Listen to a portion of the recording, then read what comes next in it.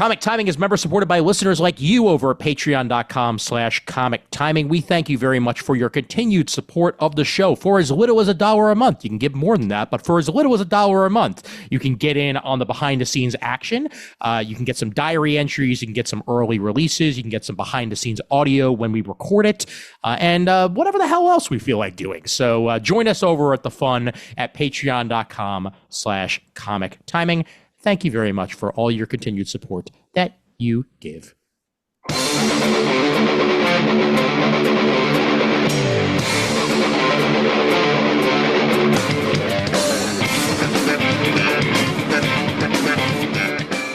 Hey there, folks. My name's Ian Levinstein, and welcome to episode 240. Nice round number there, 240 of Comic Timing. And we are back at it this time with a smaller crew. Brent Cassina is away on assignment. He is unavailable as he is flying to wherever the hell he's flying for his work purposes. And at least he's got Invincible to watch while he's doing so. He'll be back sooner than later. But joining us on this episode is, of course, Mr. Jamal Igle. Welcome back to the show, Jamal. Hey, what's up, Ian? How you doing? Doing good.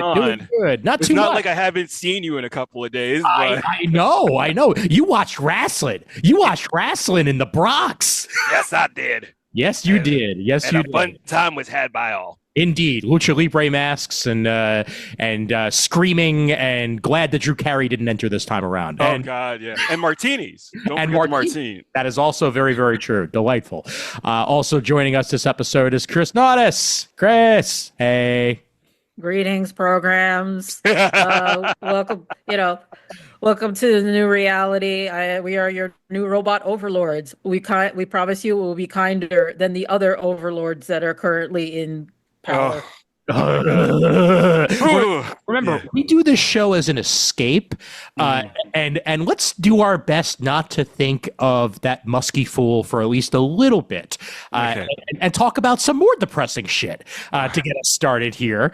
As we are watching the crumbling of an infrastructure, and I'm not even talking about the government. Diamond continues to get shittier and shittier and shittier of a situation as the days move forward here. Diamond Distributors, for those of you unaware, I would mention it. I think I mentioned it on 2 episodes so far. So here's the third. They filed for bankruptcy, Chapter 11 bankruptcy. They're looking for a buyer. They haven't found a buyer yet. And at this point, if they don't receive a buyer within the next couple of weeks, there is a chance that they just might have to just straight up call it in. And for what once was a titan of an industry, the only titan of an industry, to have fallen so far, and there's many reasons why that happened. We're sure as hell going to talk about as many of them as we could fit into a hat here, because there are tons of reasons why. Diamond's on its last legs, and I don't know what the comics industry is going to do in the short term to save those who were completely reliant on Diamond. And that's why I've got Jamal on this episode right here, baby, because he's got experience in that field. Oh, yeah. More ways than one. Jamal, I've been waiting to hear your thoughts on this. Please, man, spill, because this is getting ridiculous. As a student, as a student of history, yes, all empires crumble eventually. Yes. And that's basically where we are. Mm-hmm. I'm surprised, honestly, it took this long, because Diamond has literally been hemorrhaging since before the pandemic. Yeah. So I can remember back as far as 2018, and I think Raph was still working at Diamond at that point. I think so, yeah. Yeah, I'm pretty sure. So he would be much more aware of the complete inside track.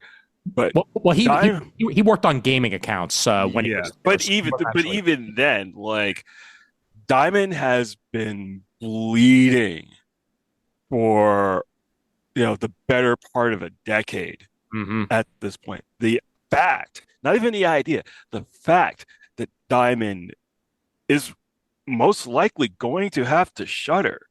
Yeah. Doesn't really surprise me. When the news of them filing Chapter 11 came out, I was just like, okay. Yeah, no, that's that's going to happen. Yeah, just for listeners, remember Chapter 11 isn't like an immediate closure. It is a way to sort of reorganize your finances, get your shit together, which is why Ian mentioned trying to find a buyer. Yeah. But the thing is, nothing is moving forward for them at this point. Well, their biggest problem is they have a huge debt load. Yeah. Not just the money that they're owed, but money that they owe to publishers that they have not dispersed. I'm sorry, you mentioned it, so I have to mention it just so that two people, okay, all three of us can laugh at the same time. Apparently, Diamond owes the Pokemon Company over $531,000. And that's the minimum. They're probably not even the biggest creditor that they have. No, yeah, I'm sure. Yeah, I would guarantee they probably owe both DC and Marvel, if not over $1 million, maybe even like 2 or 3. Yep. It wouldn't surprise me. Yeah, and that's a problem. Like, in general, I mean, we know that over the past couple of months, I mean, within the last year, they shuttered one of two of their warehouses. The one that was more convenient, because a lot of shit gets published in Canada. For no reason whatsoever. Prices might be going up on books in Canada soon anyway, but that's beside the point. Well, Quebecor World is obviously in Canada. That's one of the biggest printing houses in North America, full stop. Like, if you are not getting shit printed in China, which is cheaper but takes longer to get over here, you are getting it printed at Quebecor. Right. And Transcontinental has also said that they're putting a temporary pause on any price increases on their end. Yeah. So we'll see. I mean, what did they say? There's a 90-day pause. Something like that. Yeah. Well, again, we'll very much see it on that, but Valiant has delayed the launch of their Valiant Beyond line entirely because of what's going on with Diamond here, because they have to figure out what their distribution is going to be.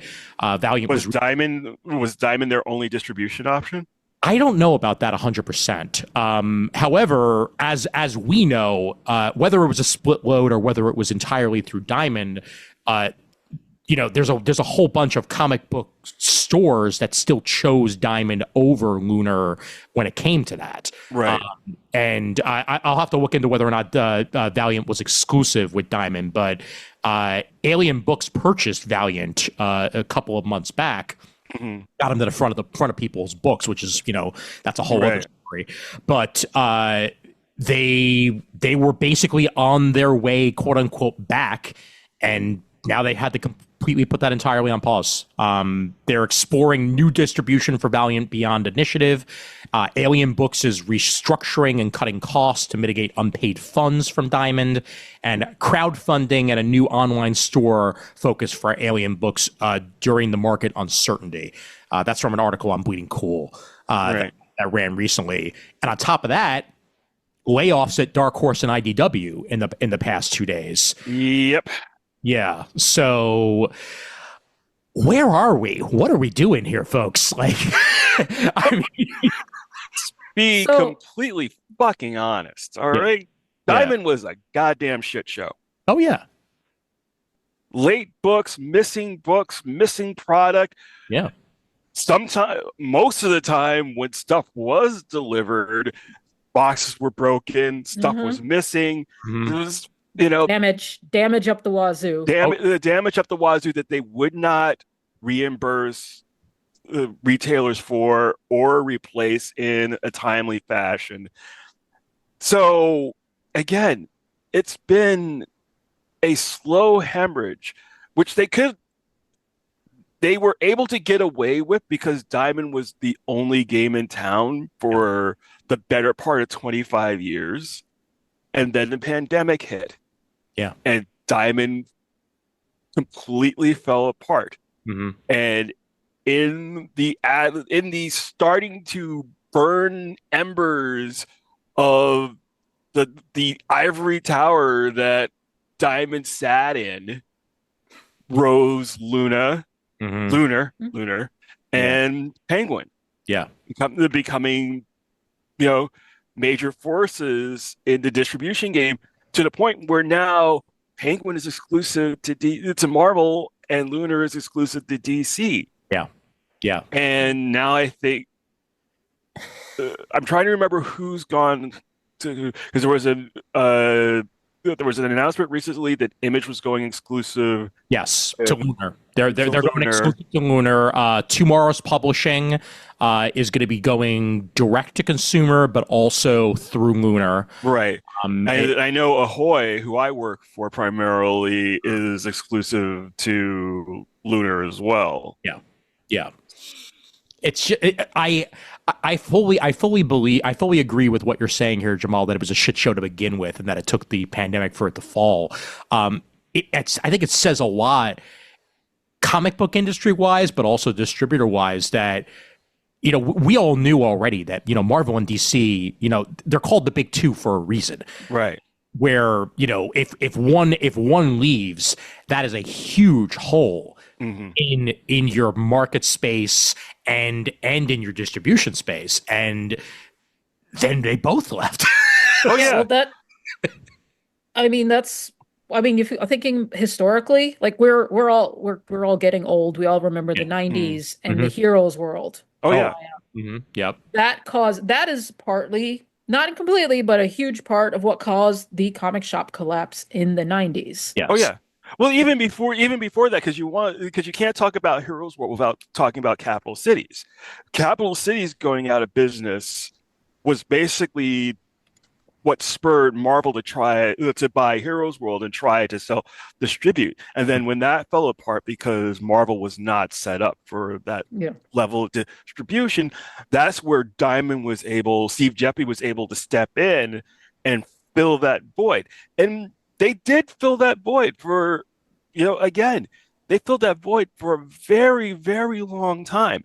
But it was a slow drip of mistakes, of bad practices, of being unable or unwilling for a very long time to modernize their facilities, to modernize how they handle final order cutoffs, a trackable system, that they could link directly, something that retailers were asking for, like a POS system that could link directly to Diamond's computer systems. They asked for that for decades. Oh, sure. Yeah. And I think it only started to happen in like the last couple of years. And it's really becomes a matter of being too little, too late at this. Like, it's just too far gone. Well, what does it also say? What does it also say is that going to Lunar as an example here, Lunar stems from DCBS. Yes. This discount comic book service. Discount. Let's focus on the discount for a minute. Okay? Because, one of the reasons why DCBS was able to become the juggernaut of online, comic book sales that it is that it actually offered a reasonable discount. Right. I know for a fact that even before they were Lunar, there were some stores that would order their shit from DCBS rather than from Diamond, because sometimes it was cheaper to do so if it was a small enough order, and where we are now, obviously they made that work distribution wise for getting their discounted comic books to people's hands. And of course, what's the next step? Just distribute yourself. Right. It makes perfect sense. It's almost like a new emergence of a direct market. Yes. It is. I find that fascinating because the direct market was the result of retailers going to the comic publishers and saying, please, can we just buy from you directly? Because buying through the newsstand is not working for us for many, many reasons. And then, you look at, DCBS is technically a retailer, but it's just kind of like, basically what they've done with Lunar is just saying, go directly to the company again and be like, can we buy direct from you at this point, becoming a new distributor? Yeah. I mean, it makes perfect sense to me. I mean, mind you, during this whole talk and when we've been talking in our little group chats, is the fact that, I wrote about this years ago for Engadget, and, I'm still really proud of that article. And And the thing is, we've brought up how, yeah, the pandemic was definitely a problem. I mean, Jamal says you are right that it was already on a downward slope. Mhm. But like, it's interesting how the pandemic revealed so many businesses that were just not ready for the future. Like they were just Right. not prepared. Like it exposed all the holes and bad business practices. And when it Mhm. came to the comic industry, and this is what I wrote my article about, because you remember when the pandemic hit and we had lockdown and everybody was told, you can't be open, your store can't be open. So all these comic shops were closed. So Diamond's decision was just, well, we're not going to distribute comic books. Mhm. Right. And that I think exasperated the switch, to just people doing stuff online. A lot of people, I know we still have our crackheads, including in this group, who are like, I need my comics now. But I do feel like for people like me, it was like, well, I don't really, okay, you're not going to release it digitally. You're not going to give me a physical copy. I could just wait. Mhm. Mhm. Like I think it taught a lot of people they could just wait.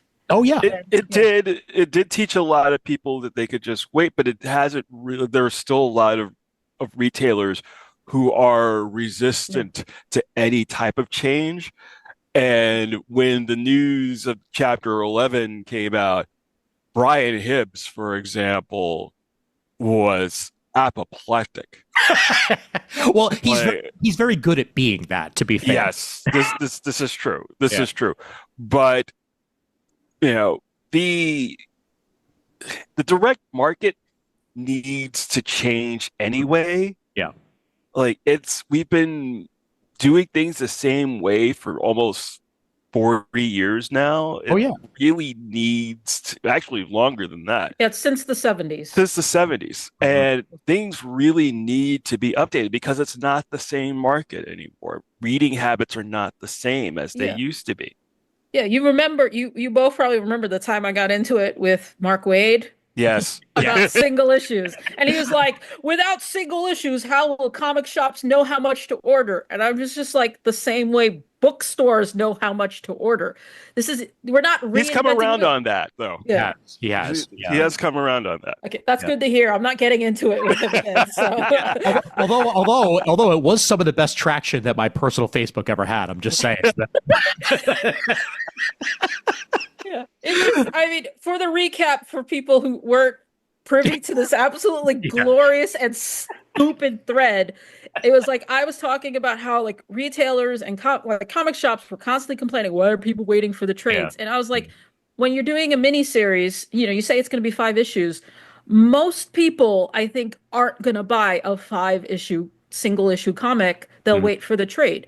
I mean, there are many reasons for that. One, like, it's a finite story. So it's just, no one and done, nice and tidy. And I'd much rather have that in a book that I can put on my shelf Mhm. rather than a box that's going to be shoved in my closet. Sure. Which, by the way, I did finally clean out the closet of Doom.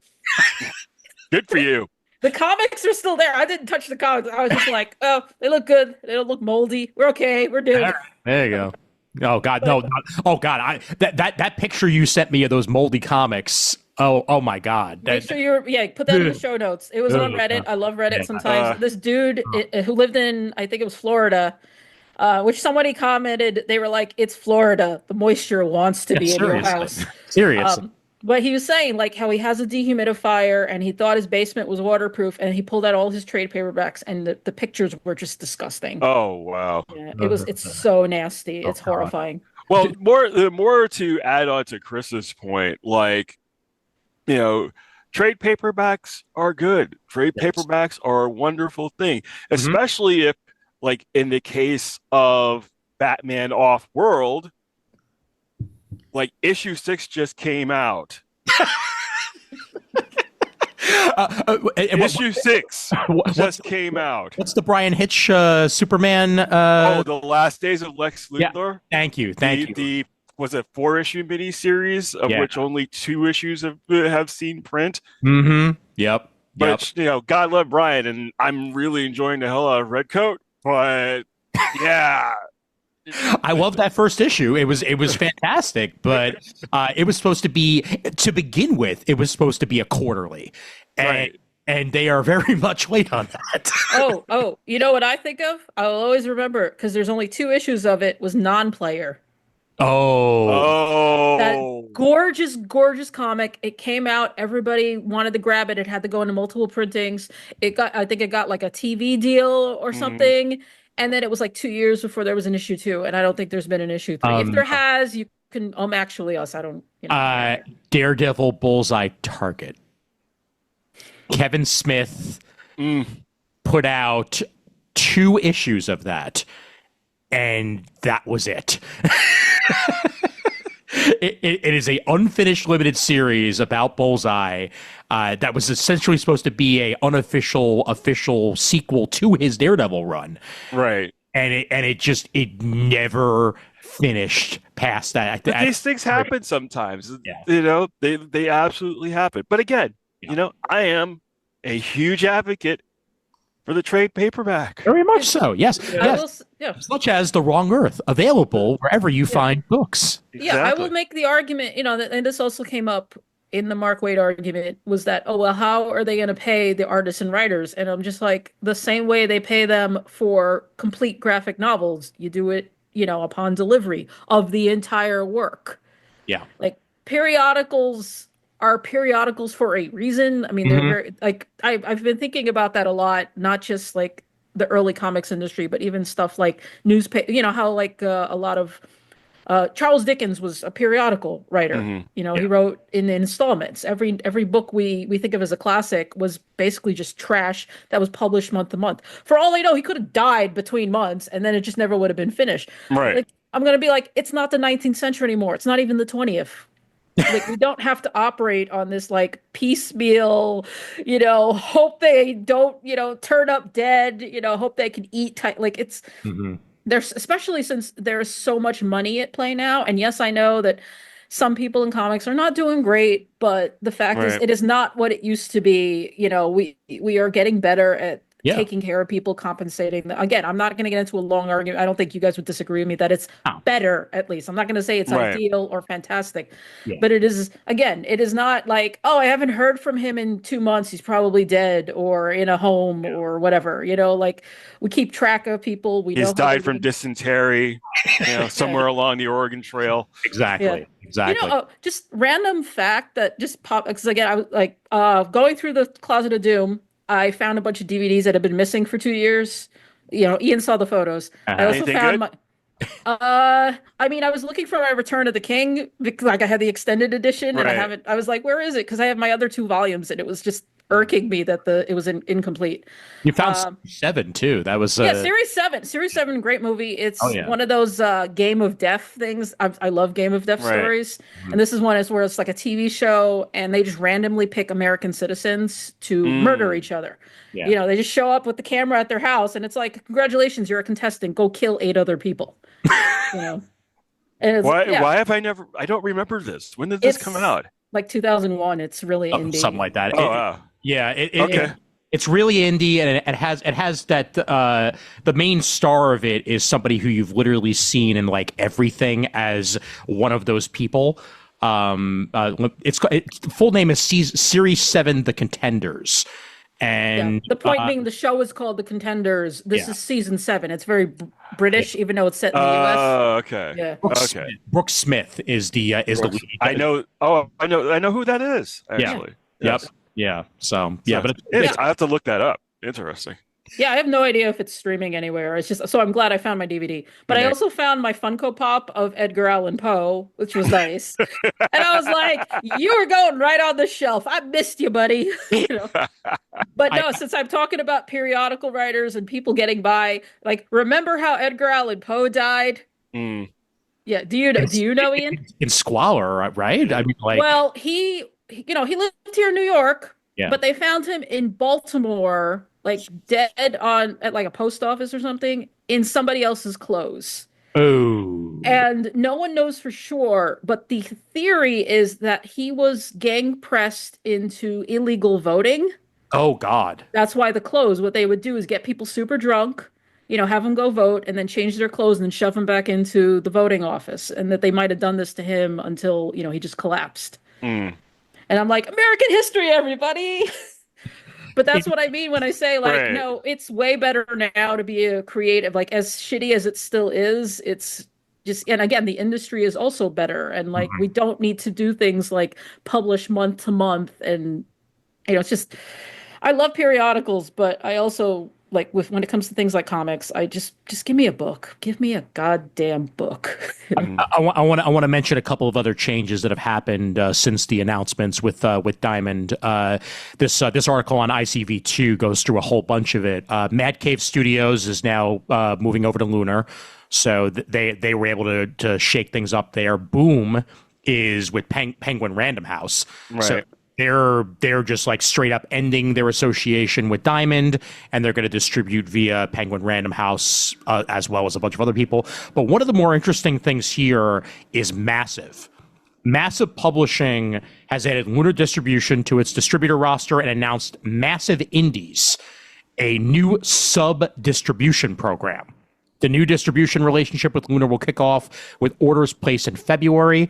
Lunar joins Diamond as a direct market distributor. Massive titles area distributed to the book trade by Simon and Schuster.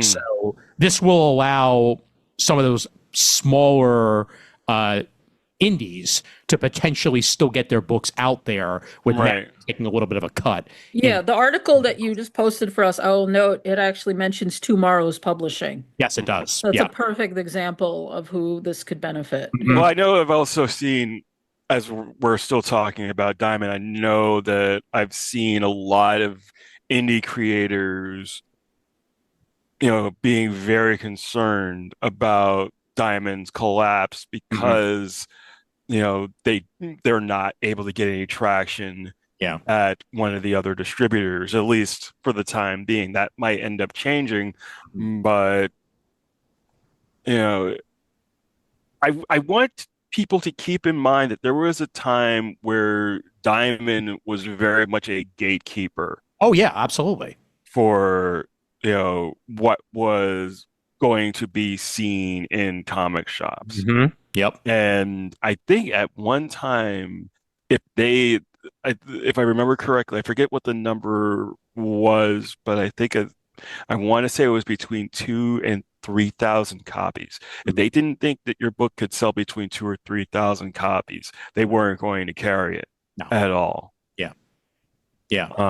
And that hurt a lot of independent creators for a very, very long time. Absolutely. Yeah, because I mean at that point it was either, very very small runs you could do at shows and sell yourself, or you find like the four indie comic shops that are still willing to just buy things from individual creators, and you wind up in one of those, and by the way, or all I would in- say, Ian, given that it is 2025 Yeah. and webcomics emerged less than 30 years ago, yes. that the other alternative was to just publish digitally as Right. best you could, which was usually the 3-panel, 4-panel strips. And it's interesting to look and see how many of those people actually succeeded.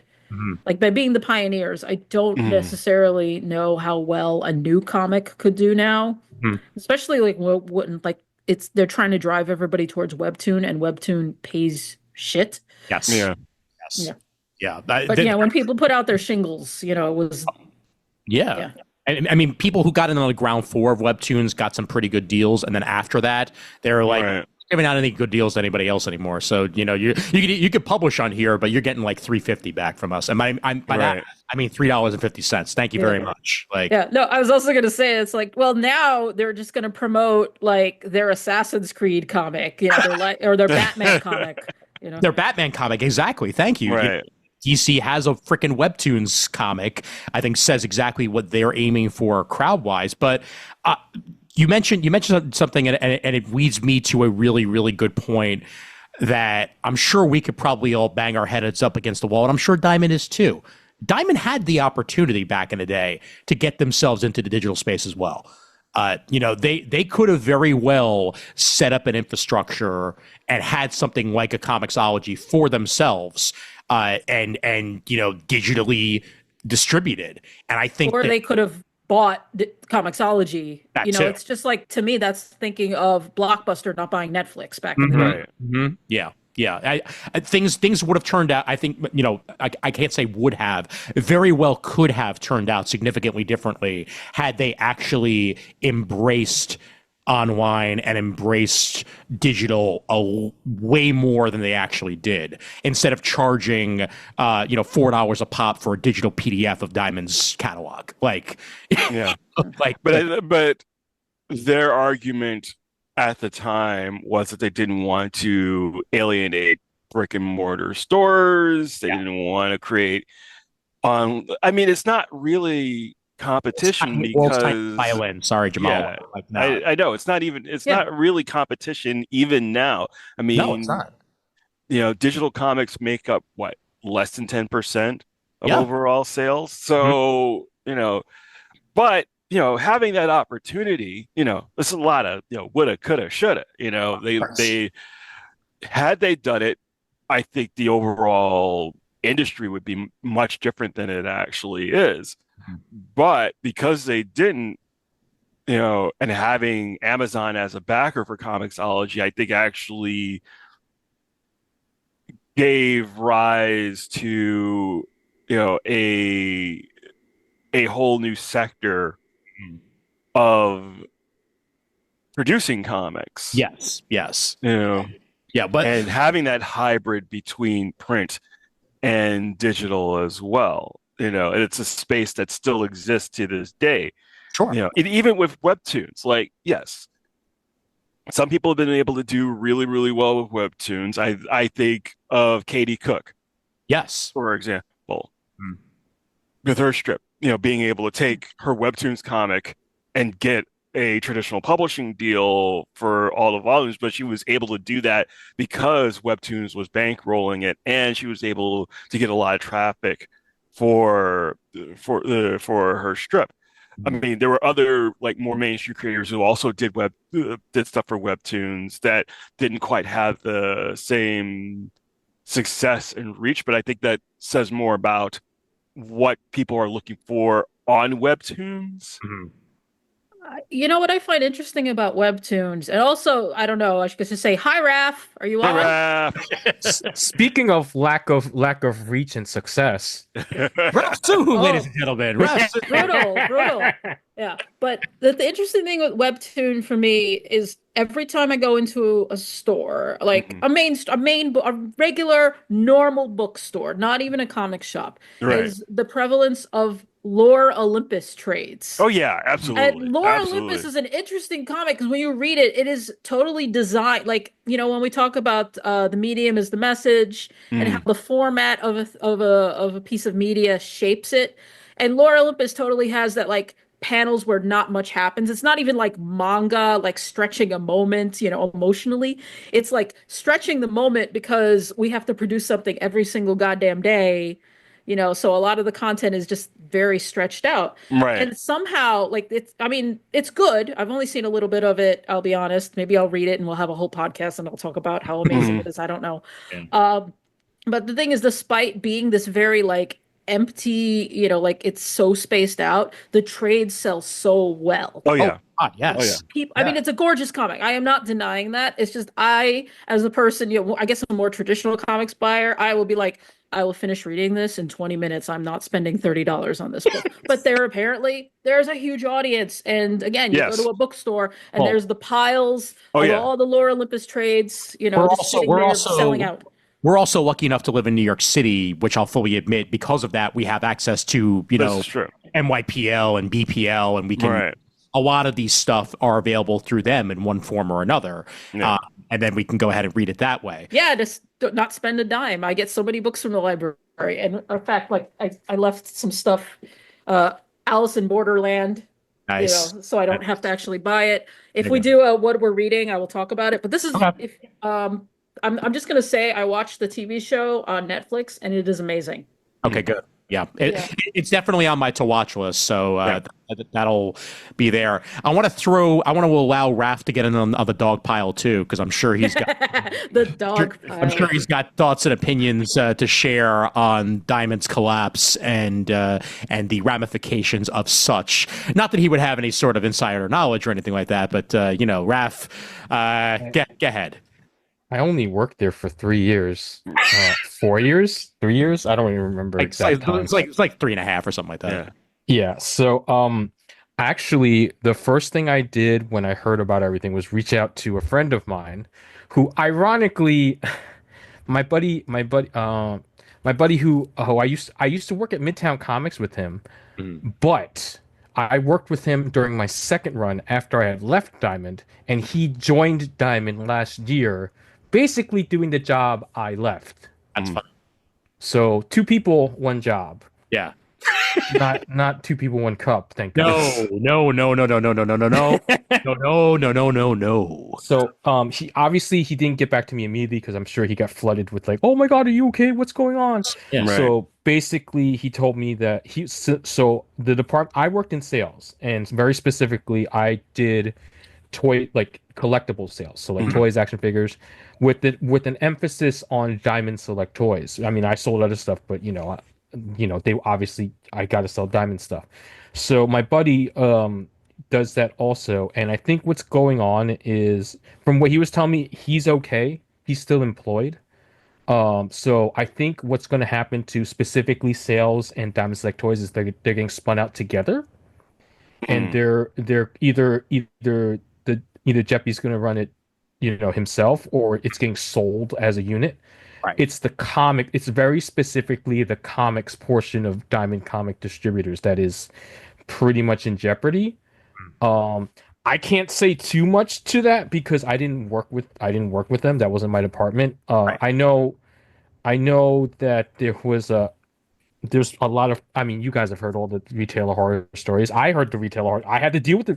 I would call retail like, hey, what's going on? And I get yelled at for things I literally don't have anything to do with because like, I'm Right. like, dude, I'm here to sell you toys. I'm sorry about your shipment. Yeah. This is your customer service rep. I'll be sure to let them know you are unhappy. So anyway, Funko Pops. How many you want? Yeah. That was my job. Yeah. So, I will say that I feel like this was a very slow and miserable death.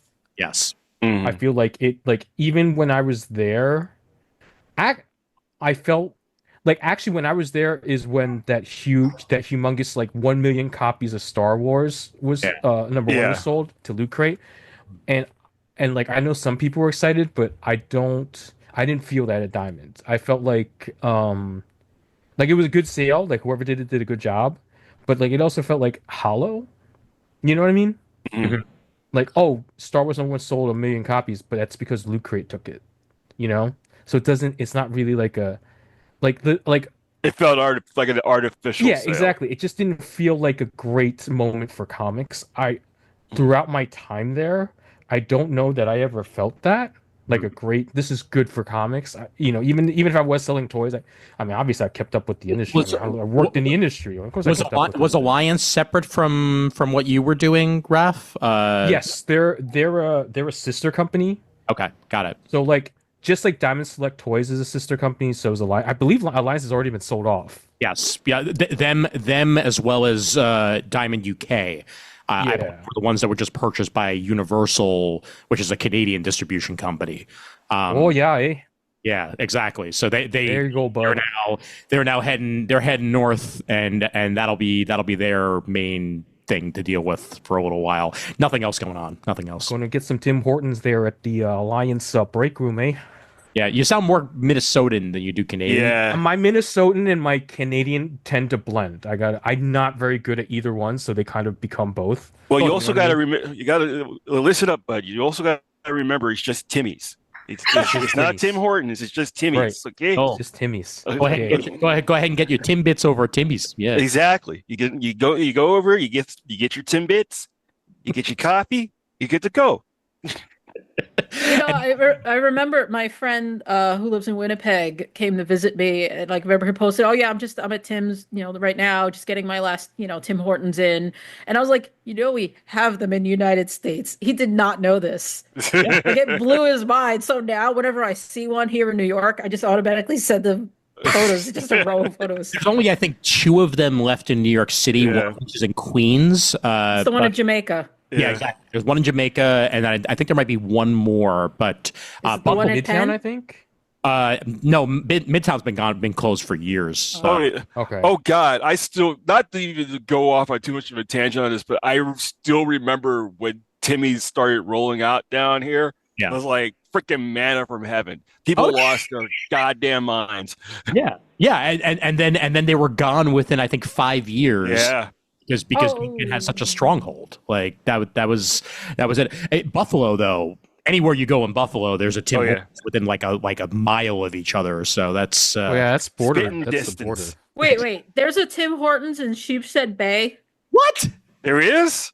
According to ye old Google Maps, it's on Avenue X, and I think this looks like Garrett. Let me hold on. I'm trying to Knapp Street. Haven't you? I gotta head down to Sheepshead Bay and get me some Timbits then. What? Right, well, That the is podcast has to end. We're all taking a road trip. Yeah, Yes. absolutely. Well, look, it means we're down the street from Lucia Pizza. So Okay. Yeah, some wow. of the best pizza in New York. Tim Hortons website lists it, so it's Pizza and Timmy's. yeah. Closes at 10 p.m. So I know where I'm not going after this because it's 9:16. Oh yeah, it's way too late for that, Yeah. especially for you. You're all the way up. Yeah. Yep. All right. Let's. So Donovan's been patiently waiting while we talk about freaking donuts. So, GMG in the house. Hi, everybody. Hey, How y'all doing?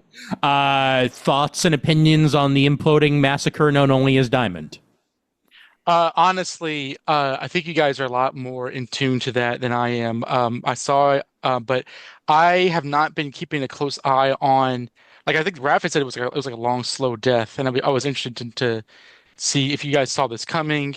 How shocked it is, like like levels of sadness to madness. I was just interested to hear what you guys had to say about that because I'm aware of it, but I never really kind of went by Diamond. I was kind of like just show up to a shop and buy a comic kind of guy. Mm-hmm. Hey, can I do my favorite line? Yes. Yeah. Ian knows what I'm about to say. Yeah. Yes, they deserve to die, and I hope they burn in hell. Well, okay. Diamond. I mean, we to summarize what was said before you got on, Dono. Like Diamond had a stranglehold for way too long. They were cocky about it. They would, shortchange the stores. They would make unreasonable demands on small publishers that were impossible to actually hold. And something that I brought up is they never bothered to get into the digital space. And I think that would have really, really changed things when they had the opportunity to do so. And as Chris pointed out, which is a really good point, had they been the ones to buy Comixology, maybe you could what if until the cows come home, but like maybe things that would have turned out. I have no idea because I will say the comics industry has never been particularly known for being technologically advanced. I mean, honestly, no media format like the industry around it has never really been up to the times. Like the music industry was dragged kicking and screaming because of Napster. Absolutely. I would say it was probably the Kindle that dragged the publishing industry in terms of like not comics but everything else. So yeah, I don't know what would have happened if Diamond bought Comixology. I just think about before the before time with before Amazon. And it's interesting to me that I was at South by Southwest, I think, when they announced their big, I think it was their Marvel initiative. They announced the Infinite Comics, if I remember correctly. And then they were like, hey, we're giving away 700 comics for free. And then Comixology was completely unusable for like 3 days. I remember that. It wasn't 700 comics. They gave away, and I still have this. It was every single number 1 issue. So maybe I'm thinking 700 because that's how many I personally have. Yeah. And like after that, it was like, well, I can't log in anymore, so I guess I'm done. I mean, the only reason I got as many as I did is I was in the room when they made the announcement. So I immediately logged in and just started clicking buy because I mean, this is us all having grown up in the comics thing. We like you get something for free, you get something you previously didn't have, you cling to it. You're God. like, yes. Like it's something I have to like unlearn it. I think it's part of poor kid brain too. Yeah. You all know poor kid brain. Yeah. Poor kid brain's a little son of a bitch. Well, but also going back to it. I mean, you mentioned the whole Marvel Unlimited thing, and I think of how much of a benefit at the time it was when you could purchase a Marvel comic physically and it would come with the code. Mm-hmm. Have it digitally like that. Mm-hmm. If Diamond had gone into the digital space and done something along those lines and made the deals with the publishers, and to even have that happen on, say, Image or something like that, Right. would have been a godsend to the reader, but could have also very well drawn more business into the physical as well, because if they were so afraid of physical being angry, if they were to launch some sort of digital initiative, like, that's how you get around it. You do both. Like, yeah, I never understood something. I'm going to throw this idea out into the universe. It's probably long past where it would have been useful, because most of us grew up in the era. We remember the night. I know Jamal's older than us, but he remembers the trading card era. Yeah. Hell And yeah. honestly, That's I how I love got in. those trading cards. Yeah, because like I was looking at comics before that, but like that's how I learned the characters and their backstories. Mm-hmm. And what I thought would have been a great idea when they were trying to push digital and get people in transition is digital trading cards that go with the issue. Like you buy an issue and Black Panther's in it, and you put in the code and it gives you the Black Panther card with the backstory and everything. Isn't that called Marvel Snap? I don't know. Like, well, Marvel Snap God, doesn't have doesn't have stuff written on the back of it telling you about the character. Like, honestly, this would have been such a good idea to even just get people in the comics, because having that information accessible. Didn't Marvel try to do that with the Marvel AR stuff? Like, I seem to remember them trying to make some kind of foray in that direction. They did, yeah. The AR stuff in general, that was definitely an initiative where you could press the button and get get a bio pop up or get an interview with the creator. Yeah, I feel like it was poorly communicated, because what I thought AR, I think it was like I feel like they were pushing more things like sound and animation and just stuff that just looked nice. Yeah, like if you had sold it to the intended audience more as similar to like DVD commentary, right? Or if you had said these are basically like trading cards, we're giving you AR trading cards, I think people would have been wearing it. Because I think I have a few issues of AR. I never did it. Yeah, but I did. I actually thought it was cool. I mean, but again, we're still talking about an industry that, for lack of better ideas, is still counting on monthly comics as a loss leader to fund themselves. Yeah, and we're past that. We're past that. I mean, yes, I know most of the people probably listening to this are not, and that's fine, but also we should be past that in some form or another. Like, digitally, sure, but like the week-to-week stuff is really, really hard, especially if you live in a one-bedroom apartment in the Bronx, but that's beside the point. I can't do it. I haven't been able to do it in years. It's not even just space. It's making the time in the week to read it. Like, they would just pile up. You talked about those digital codes. I sometimes had comics sitting around on Red. I hadn't even put the codes in. They expired. Yeah. But even more specifically, kids don't read comics that way. Yeah. They don't. Yeah. They just don't. It's poor value for their money. Right. Like, kids have maybe a little more money than they did when we were younger, but that's inflation. That's not because kids are suddenly rich. My mom used to give me $20 a week, and that was for lunch. I was 25, $5 was my allowance. The other 20 was for food. So obviously you can guess what I did, which was not eat. Right.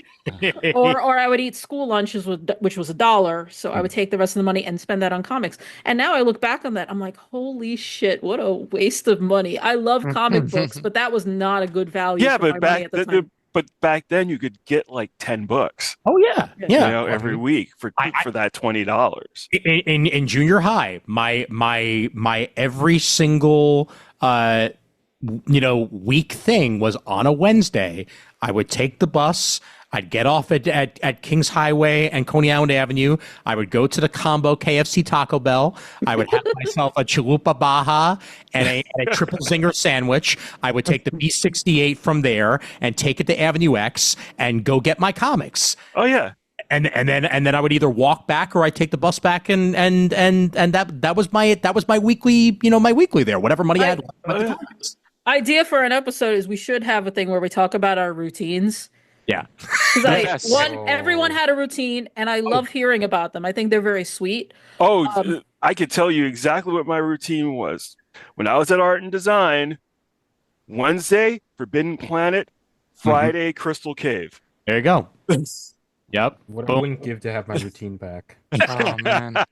Oh, Ian, I Oh. wanted to give you you just reminded me. So, as I call her, my pseudo stepniece just Yeah. celebrated her 17th birthday, and my brother gave her what was it called? Oh my God, Fumie, the Junji Ito comic. Oh, I okay. think it's Sumie or Fumie. I think it's Fumie.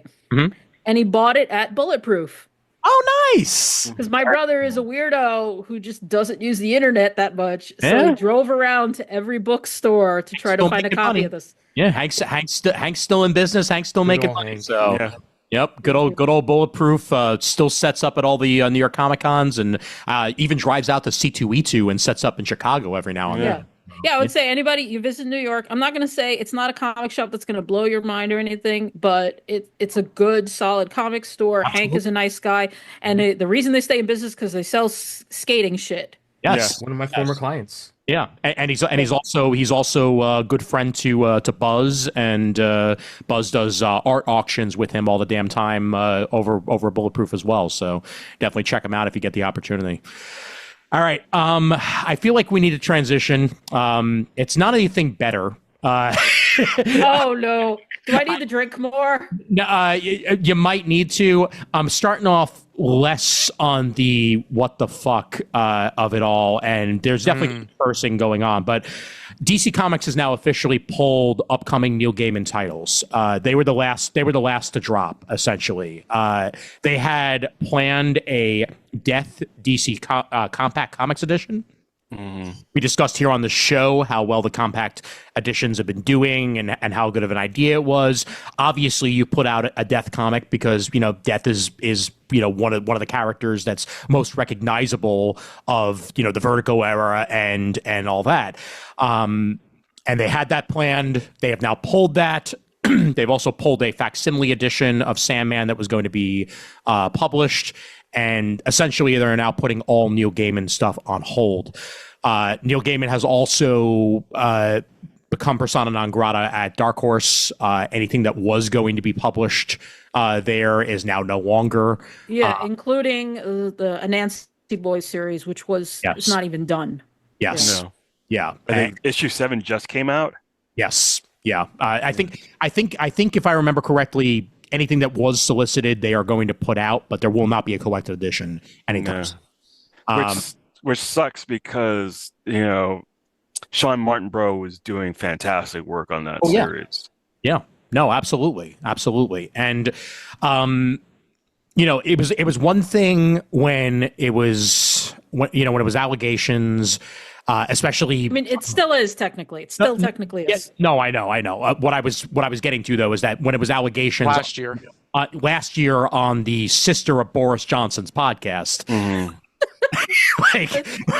we live in the stupidest timeline. Can we just get that out there? We live in the dumbest ass timeline. And then it was is it real? Is it not? Further allegations came out. There was a full, very, very well researched article that was released. That straight up investigative journalism, right there. Oh no, 100% so.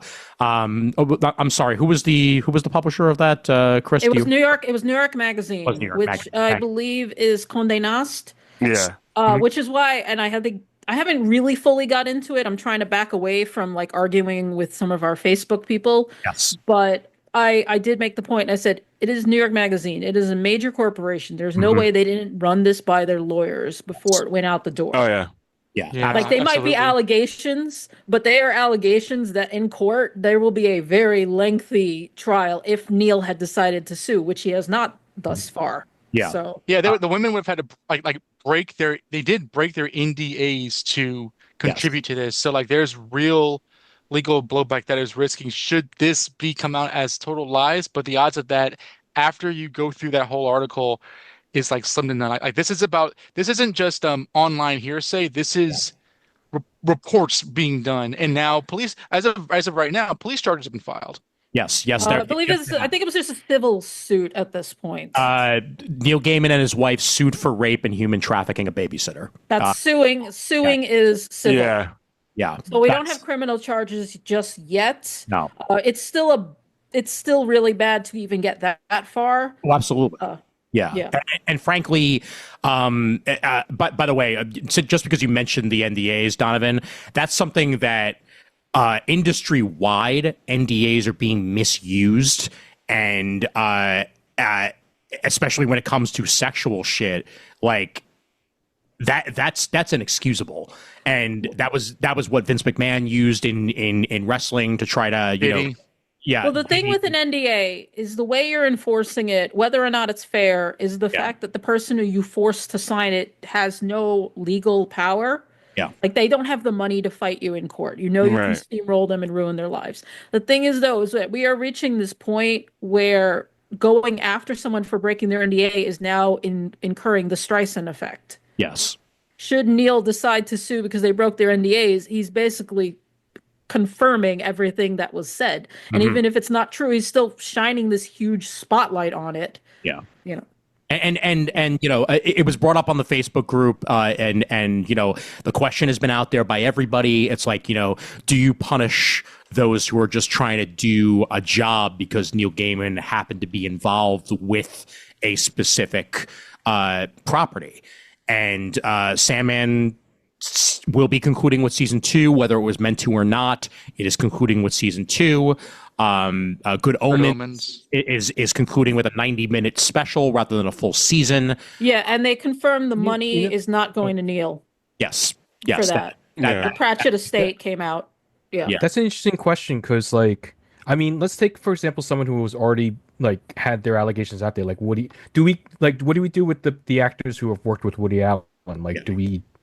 We don't really go. Oh, even the suggestion, what do we do with them, is kind of this. It's odd because these are situations I think we're finding ourselves that are kind of new in terms of how do we navigate this morality, and I think that whatever does happen shouldn't be judged with the same level of intensity as Neil Gaiman himself. Yeah, right. And I think. Yeah, and I think that as well. And I do think that it's a personal choice whether or not you're going to, not read your book that you already own. I think it's dumb to I bought this book 30 years ago and I'm just going to stop reading it. Unless it's causing you personal distress to read it. Exactly. If you actually want to read it, read it. You're not enriching Neil and you're not condoning his behavior. A good story still stays a good story. Exactly. I have feelings that, when it comes to this. Sorry, I guess since I'm on that thread. Your feelings, which I'll bring up, is that it's a lot easier when they're already dead.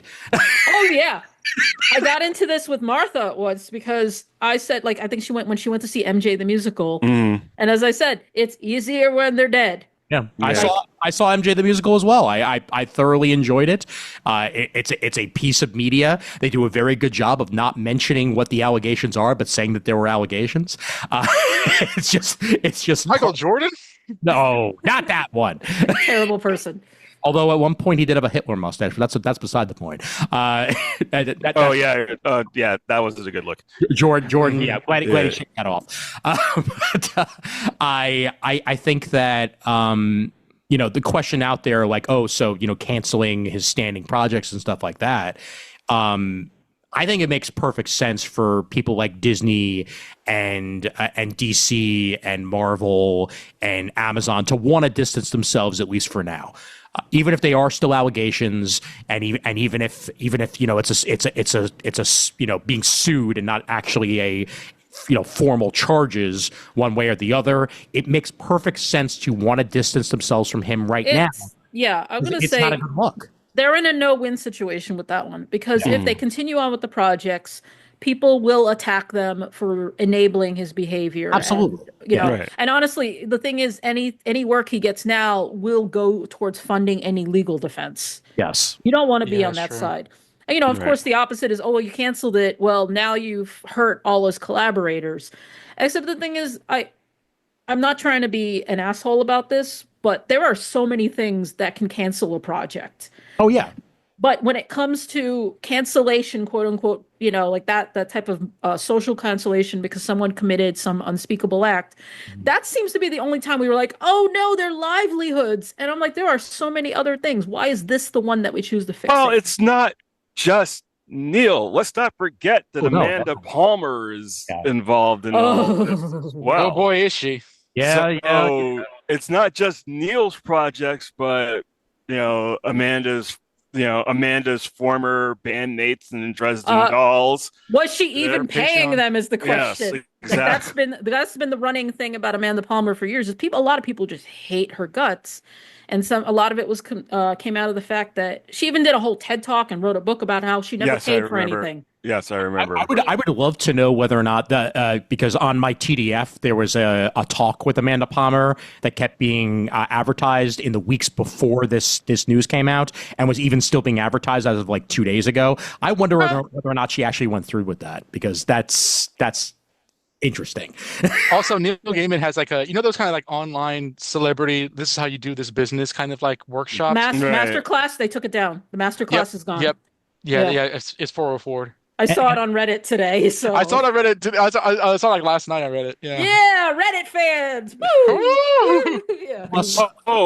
And just as an aside, can we stop trying to blame everything on autism? Oh yes. Okay. 100%. Because I'm autistic. Yeah. Being autistic doesn't automatically make you an asshole. No. Wait. Has that come into play with him? Yes, it has. Did they mention that in the article? Because I don't remember that.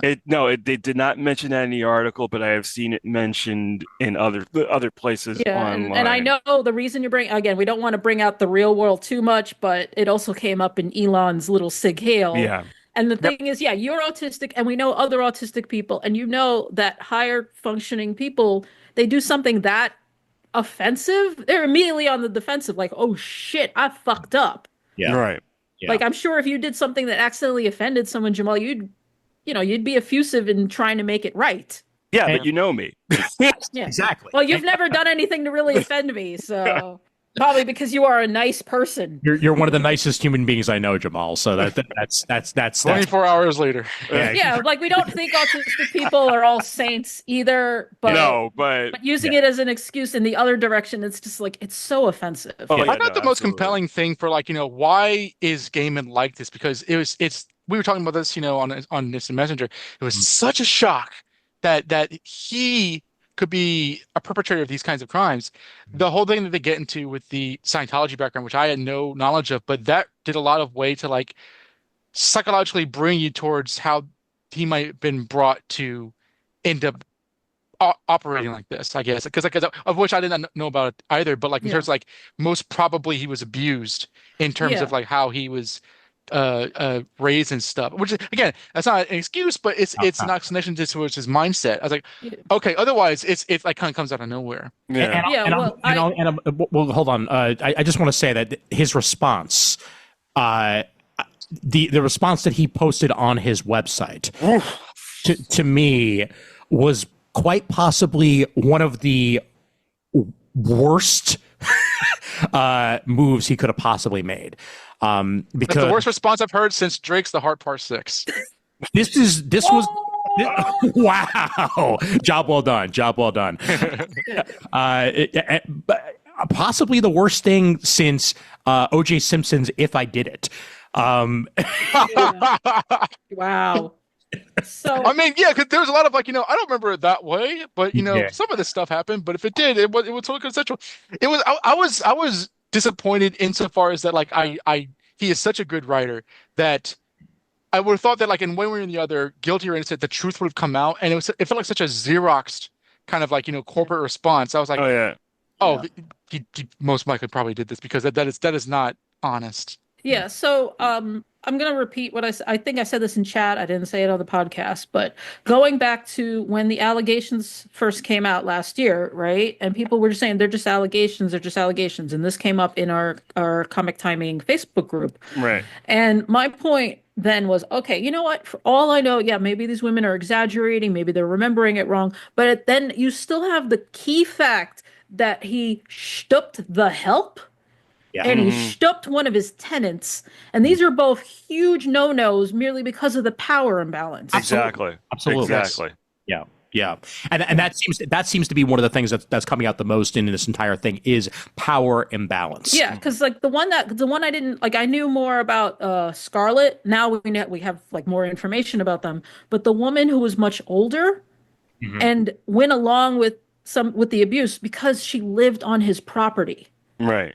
That's I mean the whole thing with Scarlet was gross, but that also I was like, that is how older people who do know better can still get into these situations. And frankly, you know, it's a damn shame everything that happened. Obviously, there's going to be further developments on this. This is not the last we're going to hear about it. No.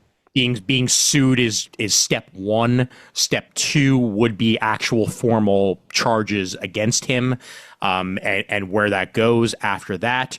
And I fully admit, I'm probably going to watch season 2 of Sandman. You know,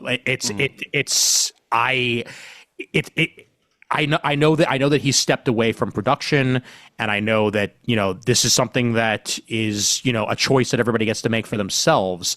It's a story that I enjoy, and I want to see how the hell they're going to wrap it up. And that's it. Alan Heinberg is the main man behind it. You know, the actual show. And he had input. So I have thoughts on like, because everybody's saying, oh, the show's been canceled, and you know, some people are like, yeah, well, Alan Heinberg actually said it was only going to be 2 seasons. Yeah. And even if that was 2 years ago, I actually did click on a link and I couldn't get it to load. So if somebody wants to tell me, no, he actually did, whatever. It makes no sense to me as someone who has read those stories over and over again, because they were saying we're just focusing on Dream's story, which you could argue, no, the whole thing is supposed to be Dream's story because it's about building out this fleshed out world. But if you really are talking about just focusing on the parts with the character of Morpheus, then it makes no sense. They've already confirmed that this season is going to cover Season of Mist and Brief Lives. That would be book 4 and I think Brief Lives is either 7 or 8. Yeah. And you can skip like most of the others. You can skip, you know, talking about them in the trade paperback names. You can skip Fables and Reflections because that's an anthology. A Game of You is about the character of Barbie, right? Mm-hmm. World's End is sort of like a Canterbury Tales-esque anthology. But then they're skipping Kindly Ones, which is about, you know, spoilers, everyone. It's about Morpheus's death. It is 12 issues talking about like basically, you know, his end. The seeds for it have been planted in the comic series, and they've been planted in the TV show as well. Yeah. Like there was stuff, you know, that was I definitely thought that they were going to do Kindly Ones because they definitely brought in Lyra. Yes. No, Lyda Hall. Lyda Hall and Right. her weird ass pregnancy. And the thing is that does factor in. I'm not going to spoil the details, you know, for people who actually are interested in to see how it unfolds. But you can't honestly tell me, oh yeah, we're adapting Dream's story and then skip that arc. That is the actual end. You could skip the last volume, The Wake. And again, I'm only counting the original 10 volumes, not all the stuff published afterwards. Right. Of course. Skipping Kindly Ones is just it. That's it smacks of just like it's like insincere to me. Yeah, why would they try to save face, like, you know, it's embarrassing to say that like we can't continue because of these allegations. Why would they kind of put across that disingenuous post up? We always that's more corporate than anything else. That's you. They need to be able to have a certain amount of coverage, and they need to not alienate people who might be potentially interested in watching the show by saying, "Oh, well, you know, we're canceling it because, you know." And in 2020, you know, the creator, you know, is involved in all this stuff. Sure. You know, finding the piece from 2022, by the way, it was an NME article. Asked how many seasons they've planned, Heinberg said, "We've got as many as they'll let us have. If enough viewers show up, we can go for quite a long while. We want to do all of it. We want a spin-off miniseries. We'd love to make it for as long as they'll have us." Provided the creator isn't a predator. Yeah. All of the stuff I was most afraid of, we figured out a way to do. There were moments early on where I was like, I have no idea how we're going to do this on camera, and we figured them all out.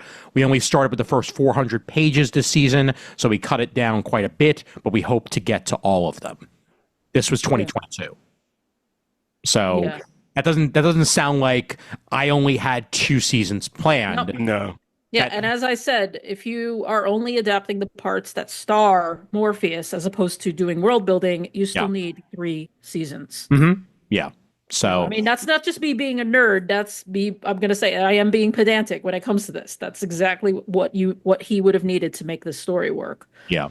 And we'll see Um, we'll see how they close it up. I mean, like you said, they might rush in some other stuff to try to, have it have a proper conclusion, It's but gonna, yeah, I feel like what's gonna happen is they are like if they're doing brief lives, they'll try to make some kind of ending out of that, but it's not gonna be the proper ending that the Mhm. comic has. It's again, I'll probably watch it because it's just 1 season. I don't know what's gonna happen to them. I mean, Netflix has my money anyway. Yeah. It's Do you think they'll try to introduce Daniel? I mean, as a child, maybe I don't. Yeah, it's weird. Yeah. I don't want to speculate too much about like what's Right. going to happen. And again, I'll be honest, I don't really want to spoil it for people because now they're rediscovering it anew. Hmm. I I have mixed feelings about whether or not something's a spoiler. I read an article the other day. They were talking about like Timothy Chalamet was trying to talk about Dune Messiah, and he was like, I don't know, how do you spoil a 50-year-old book? And the article was like, you don't, boy, you don't. It's okay to talk about it. I'm really glad you didn't say. And then Timothy Chalamet was trying to talk about a complete unknown, and like no, that's a whole other situation. Yeah. Like you can't spoil real life. I'm sorry, Yeah. but I actually did want to address the Scientology stuff. We were also talking about this in chat, like what was known and what wasn't known. And first off, I thought the New York Magazine piece was so good, not just because it was like investigative journalism where Yeah. we're talking to these women and we're also corroborating their stories with things like, like when, where, when, and why, and all that stuff, right? Text messages and emails and all that. Yeah, like actual data. But what that article did, and again, I didn't really listen to the podcast, but from everything I gleaned from reports on it, is it didn't have the context that the New York Magazine piece had, which included the Scientology stuff. Neil Gaiman's Scientology background was sort of not like it's not the Whisper Network stuff, talking about like Neil, the way he would act around fans. That was Whisper Network. I was not in on the Whisper Network, so I'll admit, yeah, I was shocked last year when I heard the allegations. When I read the article and then they brought up the Scientology stuff, that's when everything just fell into place for me. I was just like, because there had always been, yeah, again, there's been talk about it, not rumors, but it was always like Neil's parents were Scientologists, but he's not really a Scientologist. He just thinks of himself as Jewish because he's ethnically Jewish. Like that was the line that people would push whenever it would come up. It didn't come up often, but when it did, because this is why it's been such a hard fall and why we're talking about this. We've been talking about this for weeks, honestly, at this point. Hardest fall. Yeah, it's such a hard fall. And the thing is, he had such a devoted following. And that's, and that's when I did start to see the cracks as you would try to ask about the Scientology thing and people would attack you and they would get on it. But there were some people that would kind of continually chisel at it. But to see it just kind of exploded in this article, and they brought up like, how would they punish kids in the church? And it's very similar to some of the stuff talked about, the abuse talked about in the article. Yeah. And to find out that I didn't know the story about with the ocean at the end of the lane. Like that. Yeah. Yeah, that's been the big one for the people who aren't aware. That's the book that came out in like 2013. I'll admit, I read it. I didn't like it, not because of the growth, like the abuse stuff in it, just because I thought it was boring. I saw the West End version in London when I was there, and it was okay.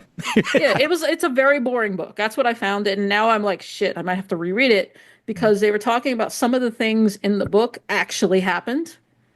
And specifically the thing that came out in these past months and everything, and now, especially with this article, is the fact that he basically wrote the fact there was like a student who died on his parents' property, like some Scientology student, and then he just kind of put it in the book. I barely even remember this. And I'm like, oh shit. I feel like this is a lot deeper than we know. Oh, definitely. Yeah. Yeah.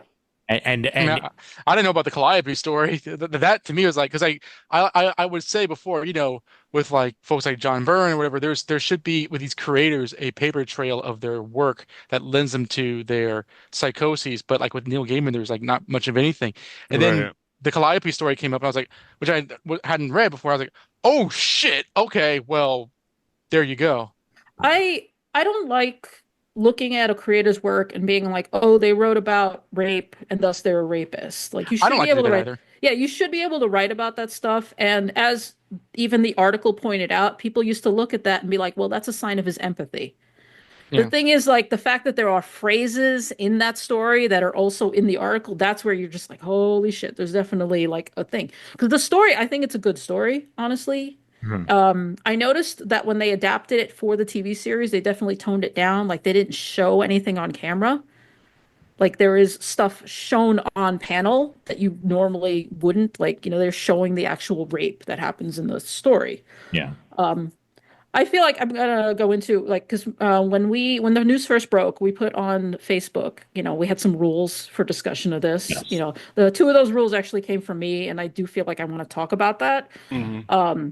Because Ian's rule was like obviously don't call anybody names, don't attack them directly, and that's just standard like debate procedure. Don't do straw man bullshit. The one was obviously do not no victim blaming. And I do want to address that. Earlier, I was talking about how like there was the older woman that was abused by Gaiman, and I said I should have known better. And I'm not blaming the younger woman for what happened to her. I go with the line. When you think about we talk about stealing candy from a baby, there's a Right. reason that expression exists. Yeah. That just because you can do it, you shouldn't. But you do read that story, and you're just like you can just see there's just like so many mistakes being made. But again, you don't hurt someone just because they're vulnerable and they make dumb decisions. That was generally what I wanted to lay down there. Like, it's not useful debate talking about what this girl, what these women should have or shouldn't have done. That's kind of where I was coming from there. Because again, like ultimately what Gaiman did was wrong and he knew that. Yes. Yeah. Absolutely. You should be allowed to make dumb decisions in your life without somebody taking advantage of it. No question. I think that's probably what I want to say here. Again, not Right. victim blaming. It's just like, because I know, especially in a male dominated atmosphere like comics, like that was going to come up a few times. Like, why would they do that? And, you can talk about the cult of personality, but the biggest thing that came out to me again is the fact that like Scarlett was incredibly vulnerable because she was like living in her property, watching their kids. She had no family to go to because she was abused as a kid, which also made her vulnerable to further abuse. Right. Like she had no money. Like she was just incredibly vulnerable. Like she had no power in this situation. They said that and she then- was gay as well. Like she, there wasn't any kind of like romantic thing to open up with. It was just control. Yeah. Exactly. Yeah. So that was the first rule was just like, don't blame people. Like you can talk about the mistakes they made, but ultimately remember that the perpetrator, the person who did the thing is the one we should be focusing on.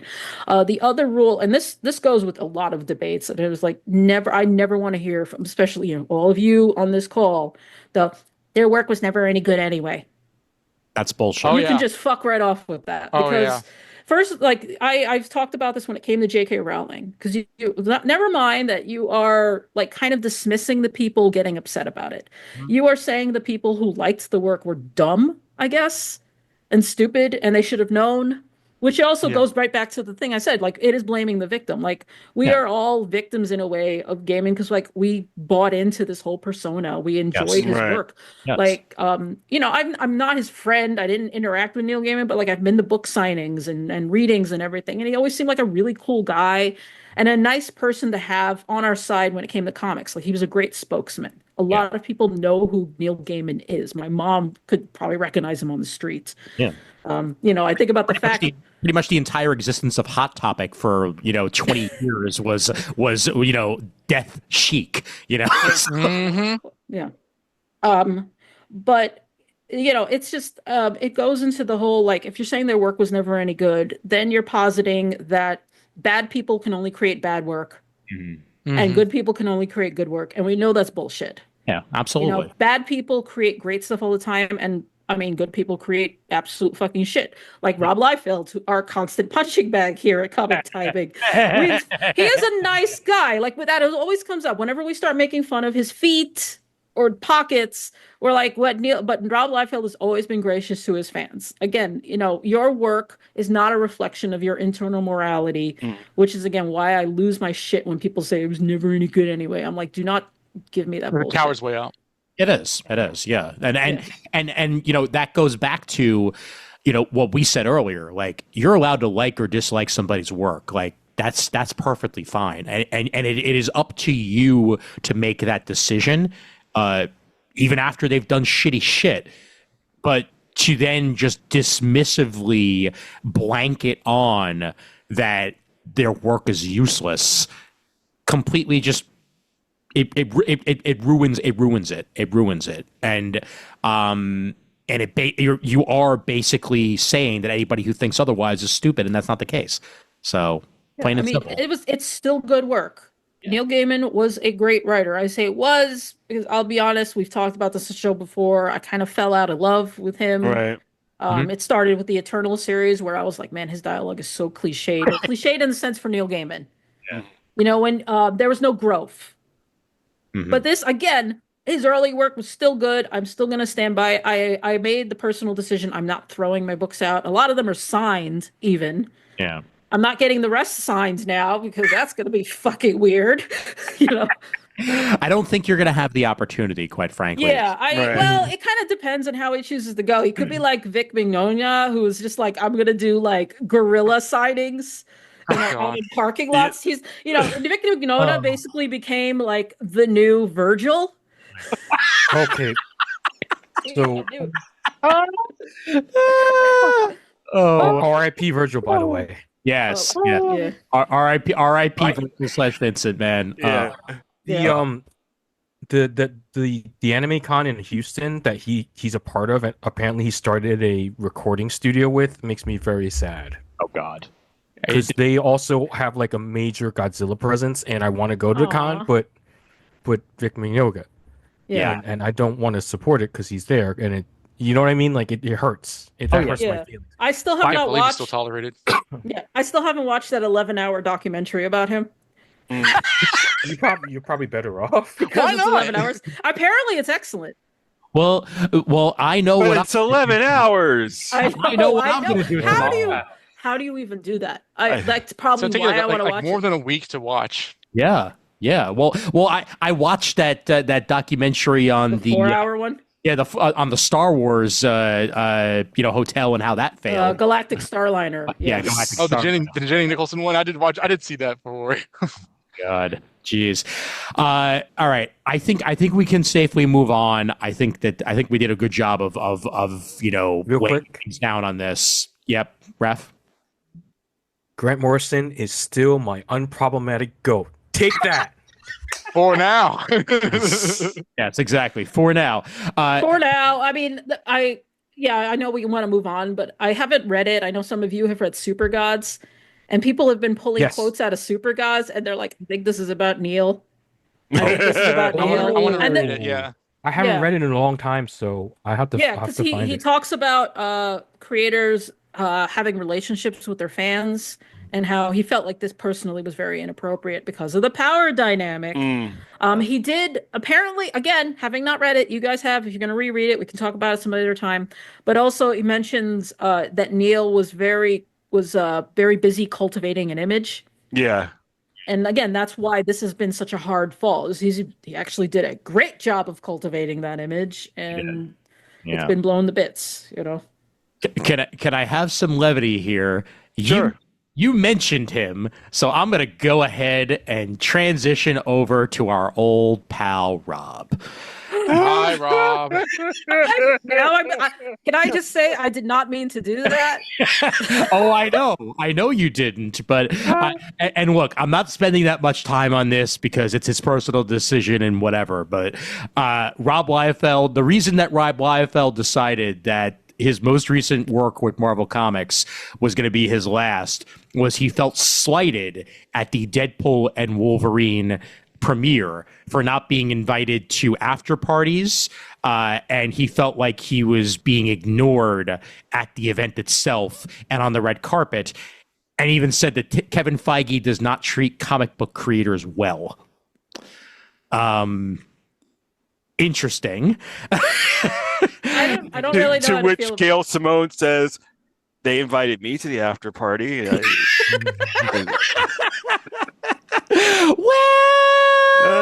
well, I mean, again, I think we've talked about this before. Like, Rob loves the trade on the fact that he created Deadpool, but the Deadpool we actually give a shit about was Joe not Kelly. his invention. Yeah.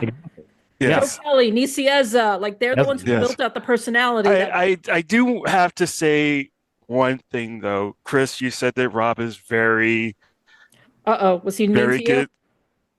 Oh yeah. Oh yeah. This has been established. Yes. Yeah. He's nice to his fans. If you're not a fan, he's a dick. Oh yeah. Oh yeah. I mean, I didn't say he was nice to other comics creators. I didn't say I never heard a bad story about it. That Because we don't is count. I'm just saying, like, because that's the thing, and you guys have said it, on these things, like, yeah, Rob's always been really gracious to his fans, and that's still a skill, and that's still admirable. Because how many times have you met comic creators who have just been dicks even to the fans? Yeah. I have. And we just fucking take it because we want that autograph. We're like, oh, I got his sweat on my hand. Oh my god.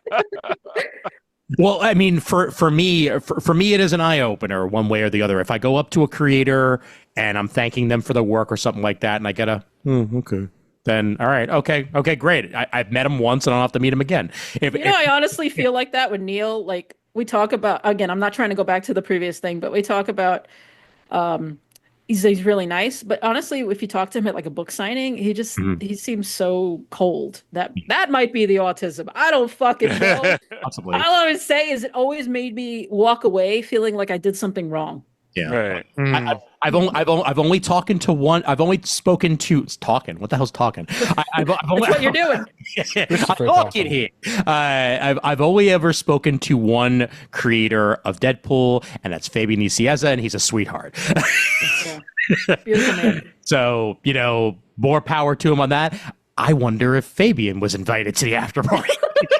I hope so. I think he was. Yeah, probably. Yeah. Because Because the just line the show- in that. Did you see the line in the article about like this also has something to do with like the Roy Thomas lack of credit which we talked about months ago when that movie came out. Yeah. And I was like, wow. Yeah, I know. Which just I don't know. Yeah. Yeah, well, we don't want to really hash that, but it was just super gross, especially when you can look at the paper trail and see how it's increased more that the people who can argue against it are dead. Right. Yeah.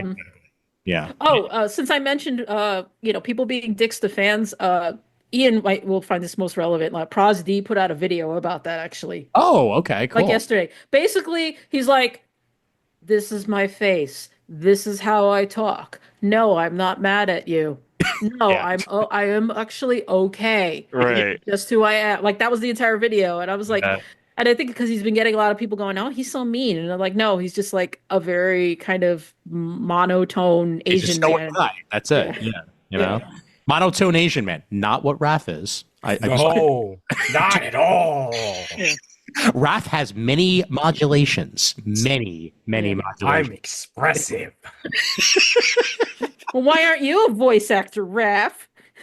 I mean, no one's giving me the opportunity. Oh, okay. I did one thing once, and it was still good times, and I'm still very glad that I did it. And that's I would voice act. I just you gotta audition or something. I guess I don't know. You have to push effort.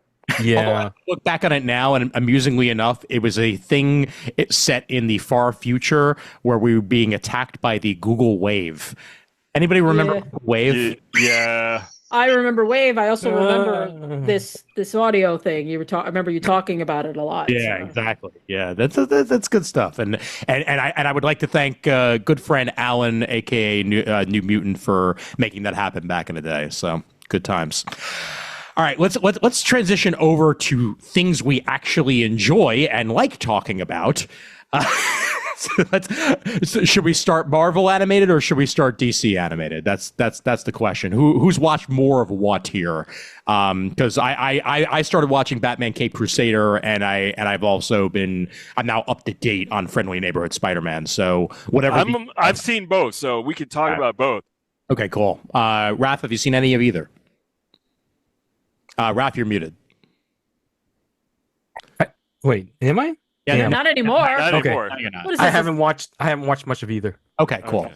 All right. Well, then, let's start off with Batman Cape Crusader then, just because it's older, and I finally got my ass around to watching some of it.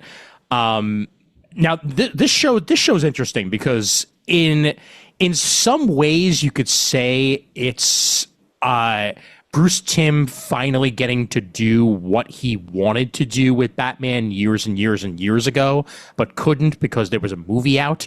You could also say that about the later seasons of Batman, where the style of animation changed, Right. and he got to redesign things and all that.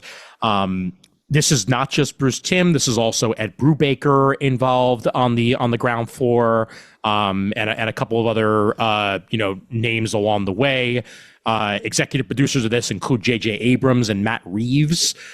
So you've got Batman pedigree, and you've got J.J. Abrams pedigree in there as well as executive producers. James Tucker in there, Right. Sam Register, yada yada yada. I am surprised by just how much I thoroughly enjoy the hell out of the show. I was expecting to like it. I may be approaching love. I haven't finished it yet. I will point that out. Where I got to is the episode after the Harley Quinn episode. Right.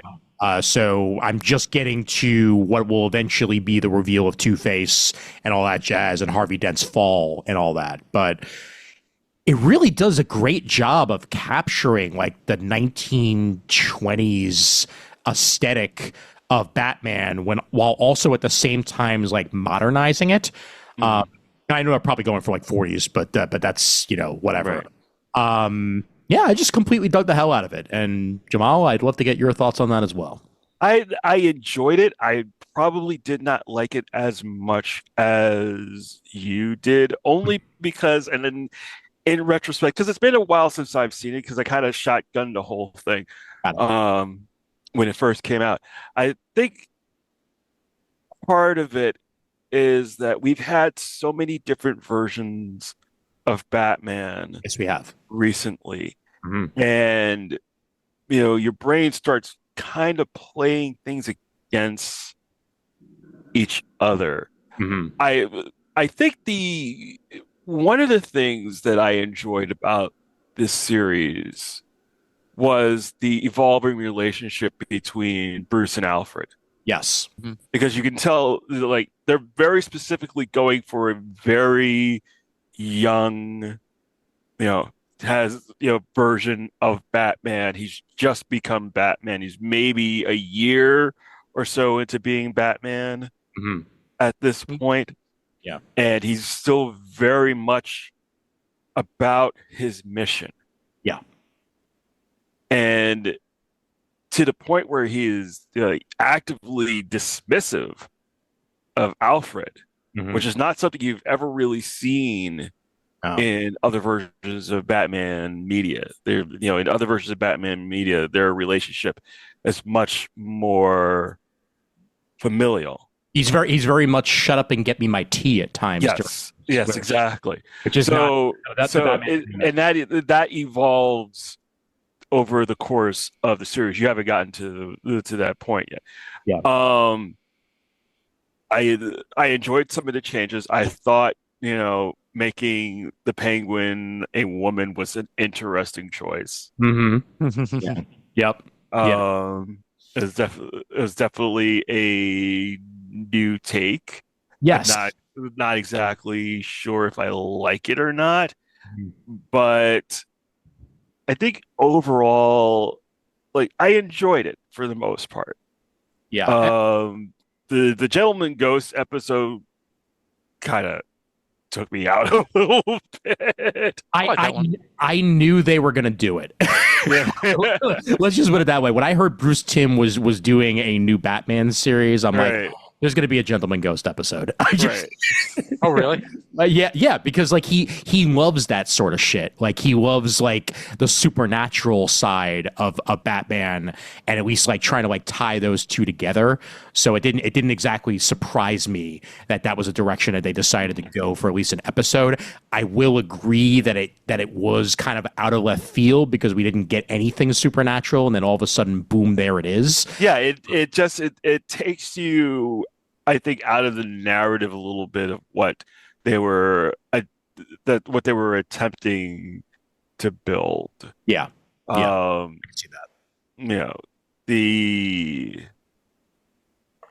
The Renee Montoya dynamic you know, is that's a good part of what they've Yes. been doing with this show. I think all the Gordon stuff has been great too. I mean, both Barbara Yeah, and James, I think they yes. did a really good job of both of them. No, I absolutely agree. Um, so again, it's not that I dislike the show. I like the show. I think I wanted a little bit more in some Hmm. aspects. Yeah. Um, Hamish Linklater, perfect. Like, He's my second favorite Batman voice now. yeah, just Almost immediately. yeah. Like again, and I think the show coming out so soon after Kevin Conroy's unfortunate passing, Mm-hmm. you know, for me, he will always be that voice Of course. to me.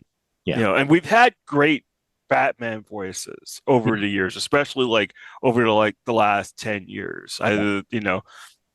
Between Kevin and Hamish and Jensen Ackles, like they've all done like justice. Diedrich Bader, uh, what's his face from Arrested Development? Will Forte? Yeah, Arnett, Will Arnett. Arnett. Will Arnett. Will Arnett.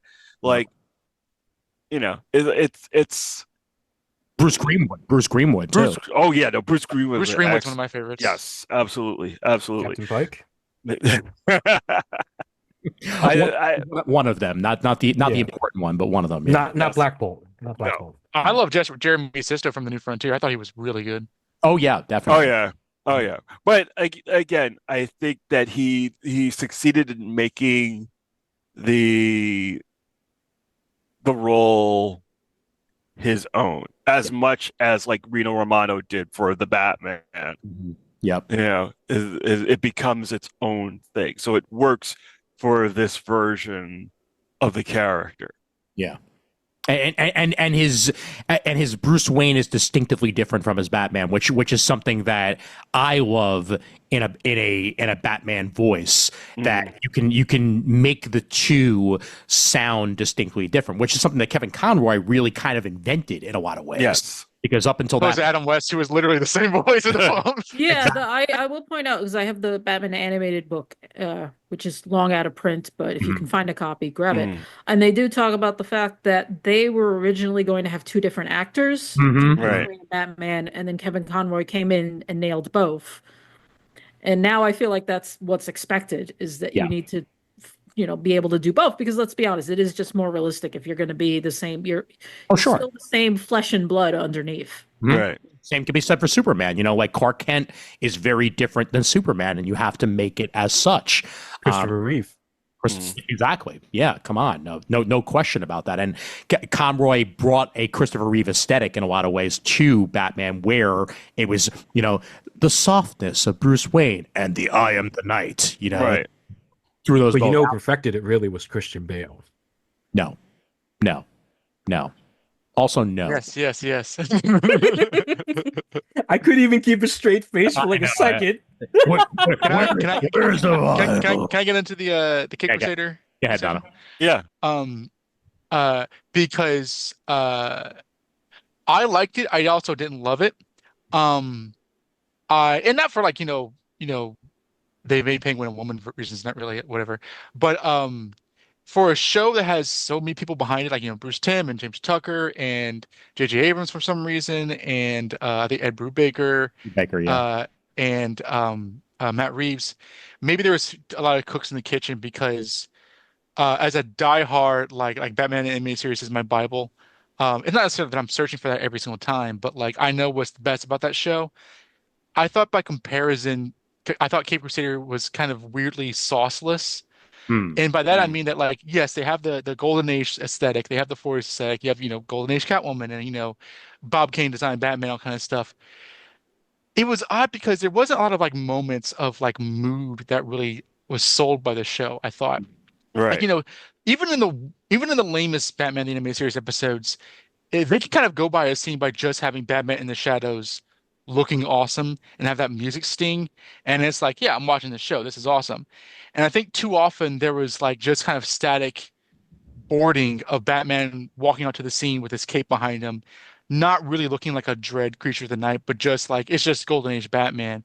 And I think that kind of spoke to a lack of style that I think the show was kind of being carried by his period setting and not by actual style. And that sounds really harsh, but like it was very far and few between where they kind of achieved that actual animated series style that they did 30 years ago and just kind of did like, a 10 episode show. Now, I mean, I thought it got better halfway through this season. I thought that the Harley episode was great. Right. I like the Gentleman Ghost episode because I love Golden Age Batman when he does go up against otherworldly stuff because that is from the Golden Age where, I mean, there's an issue where he fights, there are flowers with people's heads in them. So like it's weirdness. I liked the Nocturne episode. I dug that stuff, but I don't know. I kind of wanted something a lot moodier and creepier. And I mean, even with like, the Amazon Prime and stuff where they can, kill people and swear and stuff. I mean, it didn't even seem as adult as they could have gone in terms of kind of striking a mood. I think they still had to sort of go by whatever it is that Warner Brothers set up for them initially. Yeah, well, exactly. Possibly. Because remember, it was originally going to be Cartoon Network / Max, right? And then when Max did their whole "we don't like putting things out anymore" thing, it got saved by Amazon essentially, and that's where it wound up as its home, and that's where because I think by that point the show was already in production. It was, yeah. So. Yep. Yeah, there was a lot of production problems that I remember. Yeah. I mean, but like, I thought it was good, not great. I do like the development of Bruce and Pennyworth. I thought that's kind of a neat idea. I don't think Batman himself is all that interesting in the show, personally. Like, I like him, but he kind of seems very I know Bruce Timm has this idea of him being so remote that he's kind of inhuman, but without the shadowy imagery and the kind of like the striking terror in people's hearts and like that, he's kind of just a one note character. And I think that like that's disappointing because when you're sleeping at the wheel, Batman can be that way easily, and he shouldn't be. But no, I know there's gonna be another season, so I hope that there's potential with where they end up in that last scene. Right. But again, good. I liked it, but I didn't love it, and I hope it's better the next season. I still have, I think, 4 more episodes until I'm entirely done. The Gentleman Ghost episode, I think, was the last one that I watched. So I will say that I hope it ends well for me, and I'm glad that there are going to be other seasons because I do agree, Donna, even though I am enjoying it significantly, there is room to grow, and I think we'll get there. I also don't really want to see a Robin introduced, at least not for a while. And I don't know if Bruce Timm is going to agree with me on that, but probably I wouldn't do Robin at least until season 3. Quite frankly, I think there's still enough growth here for the character of Bruce Wayne, where you need to establish him more until you then deal with him with a kid's sidekick. So especially if he's still growing with Alfred, I need that to get done before he then becomes a father himself. So. Right. We'll see. We'll see where they wind up going. An interesting comparison is My Adventures with Superman, which I've seen all of and I enjoy.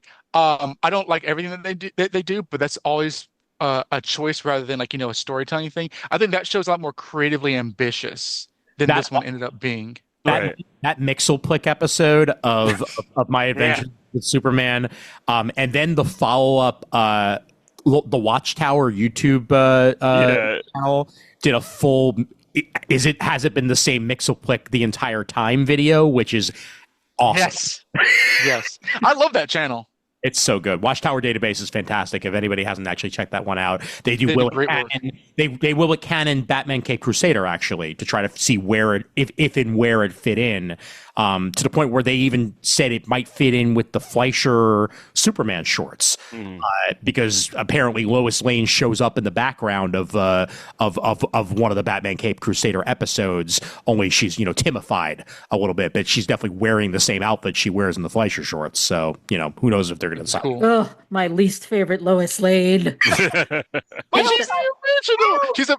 She's Lois Prime from the League of Loises. That's true. I'm in trouble. Help me. No, I'm in trouble, but I'm still gonna get the scoop. Man, Clark. Wait, hold on. Superman, like now stay put. Yes, my lord. I thought that was good. Also, Chris, I'm a reporter. Okay. It's funny you quote that, and that's from like a DS9 fan comic I on know. Tumblr. Oh dear. Let's transition over to Marvel's side of. But no. You're talking about Cape Crusader because you watched it recently, even though it came out in August. And we're not talking about Creature Commandos. That is a good point, and you're right. Okay. Or the Superman trailer. Yeah. Or I was also going to say no, also new season of Harley Quinn, which I actually am caught up on. Okay. Well, you know what? Actually, hold on. You're right. Let's deviate over to trailers first because there's important shit to discuss. You're right. Superman, Fantastic Four. Superman, man. Superman, dog. Superman, baby.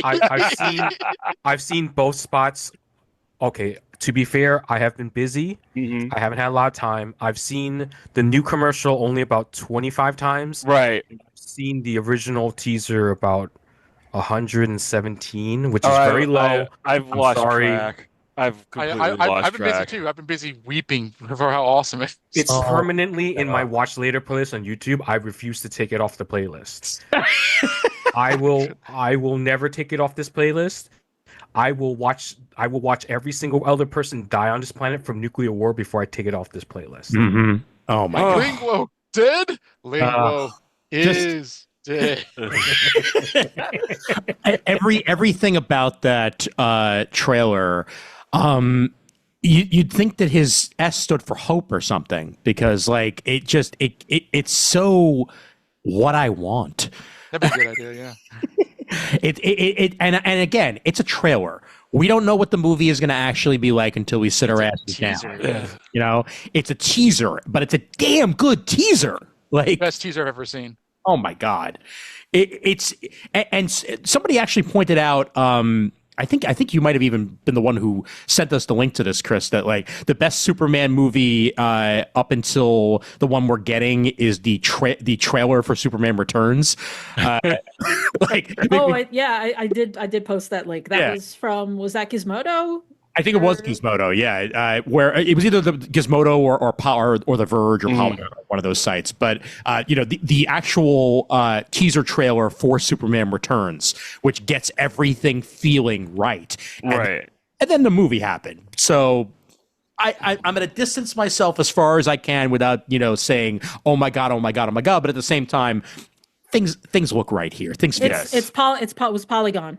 Okay. All credit to Susanna Polo, written December 20th, 2024. There you go. Cool. I love the deck on this actually. It's sometimes drawing from great filmmakers can obscure a bad movie. Oh my god. Not wrong. No, not wrong, unfortunately. Yep. Unfortunately. But I cede the floor to the Superman super fans that are on this call. Raph, I will begin with you, and Jamal, you can then speak for 20 minutes about it, and then we'll move on. Exactly. But Raph, where are you? Where are you, man? Where am I? Yeah. Where am I? I have to. So let me preface this by saying. When it came to Superman Returns, right? This is like just a couple months before I met you. I'm 22 at the time. I'm young. I'm still optimistic. I believe I have a hopeful future. All that, all that stupid kid stuff. You're incredibly annoying. Yes, I was incredibly annoying. I thought he was older than me. Turned out he was the same age. Yeah. Yeah. Actually, and I'm actually like slightly younger than you. Anyway, the point is, I think. At that point, I had already pre-ordered my tickets. I had already this was like the greatest movie of my life. Yeah. Do I feel that way about this movie? I don't think I do. Mm-hmm. Like that same level of excitement that I had when I was younger. But I promise you, if I don't see this 10 times, it's because in the theaters, it's because something stopped me or I'm dead. Yeah. There's no way I'm not going to watch this movie repeatedly.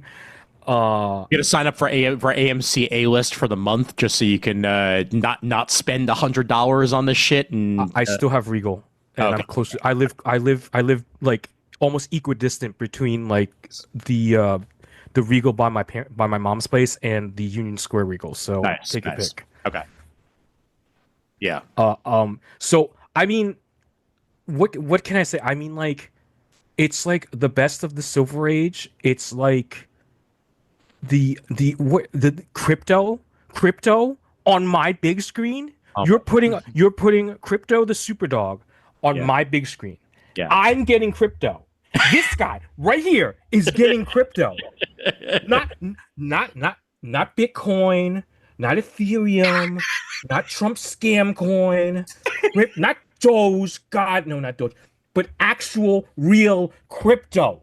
Mm-hmm. Do you understand how important this is? Look how close he is to the camera. Oh my God. I do. I need you to. This is to emphasize the point. I'm getting Silver Age Superman with crypto. I'm getting All-Star Superman. One of my top 3 stories of the only way this movie can't be the greatest superhero movie of all time. No. Let me not do this because I'm overhyping it. I think it's going to be the best DC movie in the past, the best non-Batman DC movie in the past 3 decades, which is not a very high bar. I really love how your qualifiers just keep getting tacked on to this. I know. You're like, oh no, I might have overstayed. Okay, stepping it back again. Stepping it back again. I want it to be better than Batman Begins and Dark Knight, but that's kind of difficult.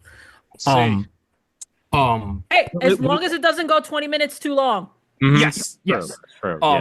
But like, I mean, God, they're using they're partially using Grant Morrison as a basis. I love Grant Morrison. The only thing preventing this movie from being the greatest superhero movie of all time, which I know they won't do because because in my sick head I know they won't do it, is at the very end. If they do go with All-Star Superman, he does fly into the sun and then he just starts exploding and turning blue. Yeah, but that is the only way. Oh yeah. That this would be the greatest Superman movie, but they're not going to do it. So it's going to be top 3 for me, dog. Mm-hmm. Well, but before I let Jamal say his piece here, Nick Holt is Lex Luthor. Like, oh my God! Come on, guys! Oh my God! Come on! How are they wasting time trying to see if he was going to cast as Batman or Superman when Luthor was right there? Yeah, I mean, getting Hank McCoy to be bald. Yeah, I know. Brilliant. All right. Witness him. I have loved Nicholas Holt's like ascent as an actor. Yes. Like we've watched it in real time and just like between the X-Men and Fury Road, Warm Bodies, a movie that I feel like only me and Ian saw. No, I've seen Warm Bodies. I watched it not in theaters, but like afterwards. The Great Huzzah. Oh yeah. Before that, he was in The Favorite. That's how he ended up in The Great. Yeah. Was he in Skins? Was it the show? Yes. Well, every single person that was in the first season of Skins became something. Like literally everybody who was in that show in the first 2 seasons then moved on to bigger and better things eventually. Like Dev Patel. Like Freaks and Geeks. Yeah, Dev Patel was in that the first 2 seasons of that. Like, come on, man. Like he became crazy. Yes, he did. Let's not talk about it. I say just briefly before you go into Jamal that like specifically, I love crypto, but specifically when everything from when Superman saves that girl to the shine going off of Lex's head to the child's prayer as David Corus was going boom. I'm at the point now where I see that I just well up, and I'm not trying to do that. It's incredible how they did that. It really is, yeah. And I will also add that I'm just gonna put it on right now, real quick. No, Raph, we're recording. We're recording, man. I'll lower the volume. They filmed most of this, in fact, almost all of it in Cleveland, and I just went there, this last year, and I noticed a whole bunch of the sites. Ryan Drost has already committed when we do our review of Superman, because it will be a full episode that he's going to come on and talk to us about that, because he's from the area and there's a very slight. I'm not going to give away what he might wind up talking about in the episode, but he's going to be on for a reason. But I very much look forward to this thing coming out and watching it at least 3 times, probably in the same week. Jamal, go ahead. Okay. So I've discussed this before, that I have been very cautiously optimistic about this film. Mm-hmm. I am a James Gunn fan. Yes. I enjoy his films. Mm-hmm. I enjoy his sense of humor. I think that the Guardians of the Galaxy series is one of the best trilogies that Marvel has produced. Mm-hmm. My cautious optimism has nothing to do with James Gunn himself. It has more to do with having been burned by big screen. And I want to preface this by big screen Superman movies. Mm-hmm. Since Superman Returns, I spent a lot of time defending Superman Returns. Mm-hmm. We recorded a director's commentary together, not Yes. director's commentary, Yeah, but we did do it. we did do it. We did do it. So that being said, I had a lot of trepidation when the video opened, and that trepidation slowly started to wane and then quickly waned. The moment that, and it wasn't crypto that really sold it for me. It was David Cornsweet trying to dodge crowds in Metropolis as Clark Kent, being a clear head taller than everybody else. Yep. And you're just like, okay, this is not something that you see. This is not something that you have seen. Crypto is not something you have seen in any live action Superman movie. Mm-hmm. Ever. We are getting Metamorpho of all characters. Mm-hmm.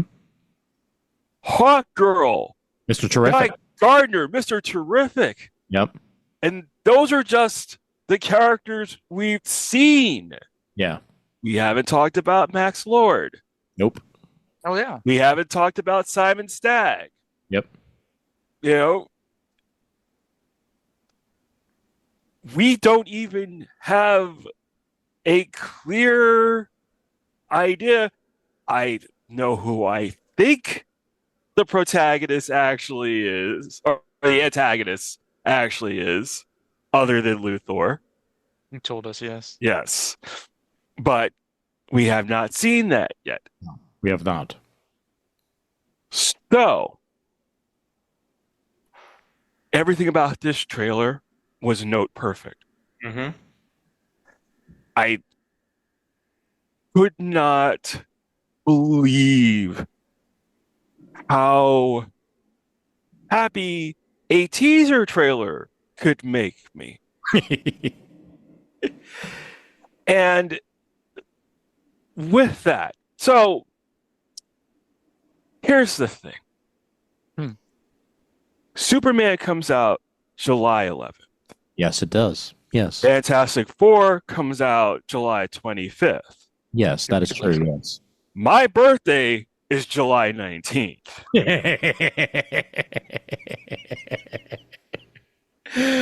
July is going to be a very good month. Oh, damn right. Damn freaking right, man. Talk about fireworks. So, interesting enough, my birthday is a Friday this year. Mhm. What do I get? I'm I get Mickey 17, I get Rule Breakers, Yeah. I get Night of the Zoopocalypse, I get Bloat, I get Queen of the Ring, I get We're All Gonna Die, and I get Seven Veils. Queen of the Ring and Mickey 17. Yeah. Not bad. Mickey 17 is honestly my most Yeah. anticipated movie. I want to see that. I really want to see I just love that Bong Joon-ho is just like, I've won an Oscar, or actually two. Yeah. What am I gonna do now? Whatever the fuck I want. Exactly. Well, but when I was flying back from India, one of the movies that I ended up watching was Snowpiercer. I'd never seen Snowpiercer all the way through. Oh, it's a great movie. It is. I was incredibly happy with Snowpiercer, like as a viewing experience, and I watched a couple of real duds on that flight. Oh my god. All right, Chris, do you have anything you'd like to add on the trailer? Because if not, you're first to talk on the other trailer. I mean, just Crypto. I don't love Superman as much as you guys do. I'm a Batman person. Yeah. Okay. So I was just like, oh, this looks really good. Oh, he's a good looking guy. Doggy. That was basically my trailer reaction. And that's when I was like, no, we're in good hands. Okay, so you've already put up the picture for Fantastic Four. To be fair, Fantastic Four first steps, baby. to be fair though, like I don't think there are many Superman fans that are as big as Jamal or myself. Well, that is completely fair. That is true. However, I've been paying subtle attention to how the movie is tracking, and mind you, it's February. Yeah. Initial tracking for Superman is going to break some fucking records. Yeah. Really? Yeah. Is that right? Okay, I'll go see it 15 times then, not 10. You twisted my arm, Ian. If I had to say anything, I think it's probably something we've needed for a while because it does feel like the event movie as we know it is dying off. Right. That's definitely a pandemic thing, but when we talk about Marvel fatigue and everything, but yeah, like just event movies, I don't like even outside of superhero movies, like what are the big movies that people go to the theater for now? It used to be like when we were younger, in the age of the blockbuster, you knew what that summer's hot movie was going to be, and it was not a superhero movie. No. Yeah. So it's interesting. Wicked and Dune. That's it. Wicked and Dune. We're all on the wings of Wicked and Dune. Or that's Barbenheimer. I mean, the honest, that was like a big deal. I will admit that, people were making a big deal at it. It doesn't feel the same to me. I couldn't really quantify it if you asked me to like put it into words. But yeah, just that age of like, you knew that this summer was going to be these movies. Barbenheimer, it feels like a lot of it was them more pushing that rivalry. Right. Oh, just like they tried to do it with Wicked and what came out at the same time as Wicked? Oh crap! I don't even remember now. It was so irrelevant. Sonic 3. Holy crap! Yeah, Sonic. I think it was Sonic. Yeah. Great, I didn't even see Sonic. I saw Wicked. on Twitter. Yeah. I mean, I'm not a musical. I mean, no, I do actually love musicals. I've never seen Wicked on stage because I just don't give a shit because it looks like that cheesy kind of stuff that I don't really like. And then I watched the movie and I was like, yeah, this is exactly what I thought. But man, those sets and those costumes. So I watched it again. There you go. Well, can I say, oh my God, Herbie is in a movie. Okay. That's like crypto. Yeah. It's like crypto. It's basically my crypto. Yeah.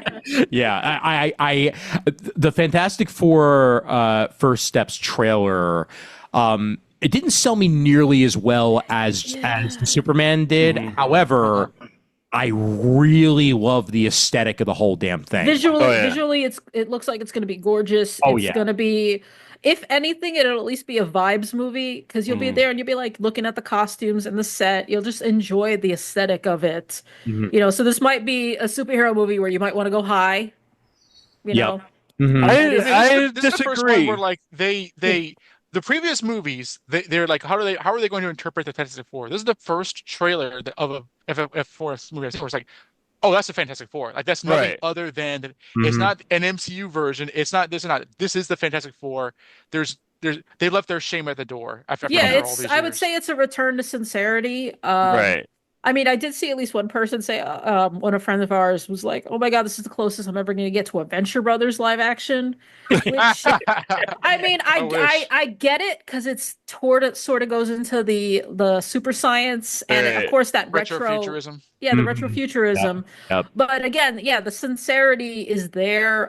We seem to have finally. I'm not going to say we've totally left it behind, but maybe it was like Deadpool and Wolverine finally got all our little jollies out Yeah. with that kind of stuff. Mhm. And now maybe we might be willing, at least this year, I can't speak for future years, we're at least willing to be a little more sincere and honest and just genuinely like love superheroes without Right. feeling the need to make them hip Oh yeah. or make jokes. Yeah. You know, like I think I saw a video talking about that, about like the depths of sincerity, and I think it was called the "Well, that just happened." Yeah. Well, yeah, because this is the first MCU trailer in forever where like there's not really, I mean, there's a humor, but it's not really a joke of like, hey, audience, laugh. It's just this is just what it is. Yeah. Mhm. And This is how Ben Grimm and Herbie are.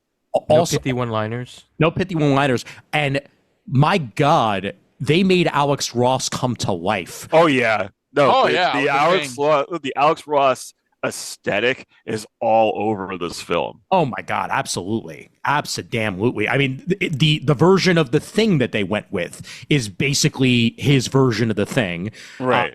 The shot selection, like this teaser image that I have up here on the screen The for color everybody, palette, the color like, palette is so oh my Alex God, Ross. yeah, it 'Cause absolutely. he always loved like he likes his like whitewash on Mhm. things, and you can definitely see it here because I'm like, but their outfits aren't usually that color. That is definitely Alex Ross. Well, No, that's definitely that pastel blue yes, is Yeah. so striking Yeah. in comparison. and my favorite thing There's about like the Josh Trank pitch black spacesuits. Oh Yeah. God.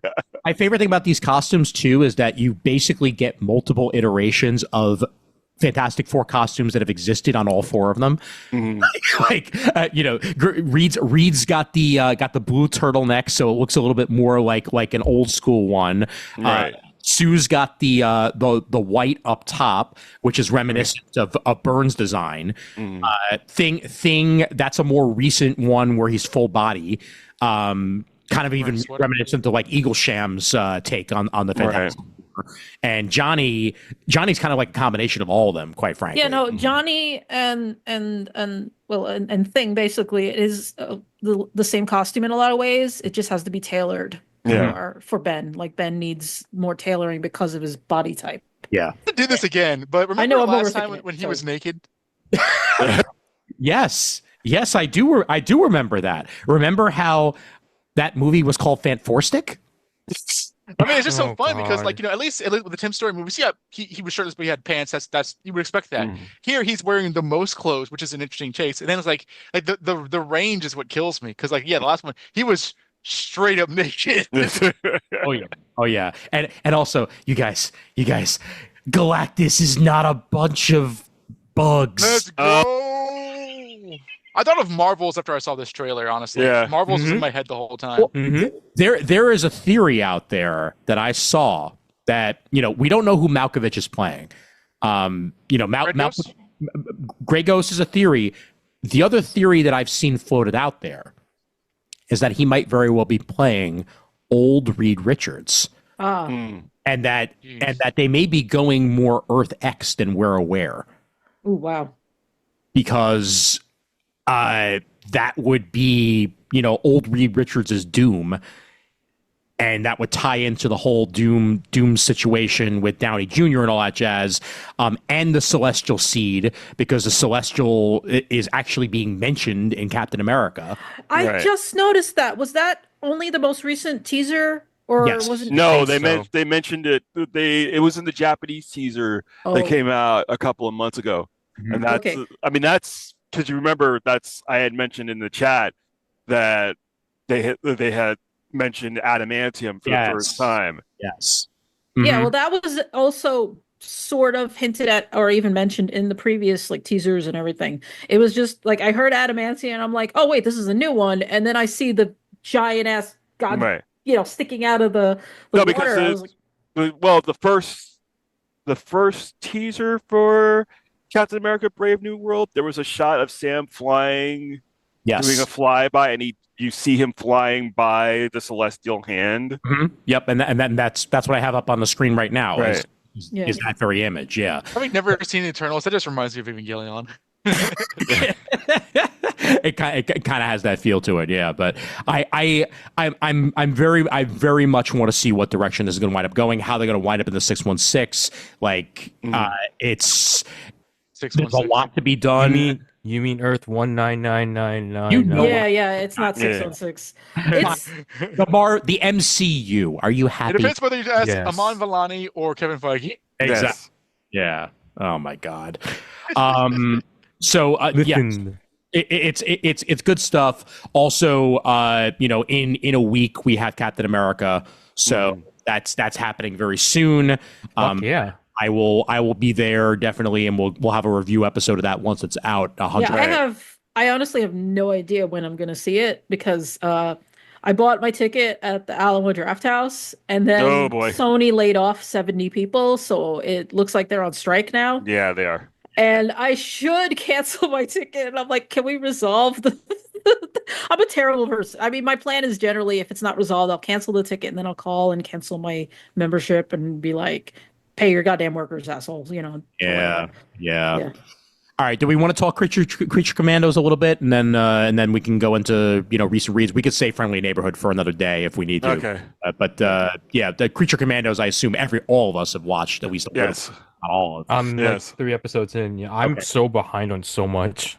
Well, what I will start off with Creature Commandos is that the fact that this is being made, the fact that this came out but from James Gunn, and that James Gunn is making Superman, and Superman looks like an entirely different thing. Proves the range of the man. But also, Creature Commandos was just a lot of fun, man. Oh yeah. I had a damn good time with it. I had a damn good time. I really enjoyed it. I think probably like the most, because James has this ability to make you feel emotions for the oddest characters. The episode where we get some of Weasel's backstory. Oh my God. You're just like, it's insane.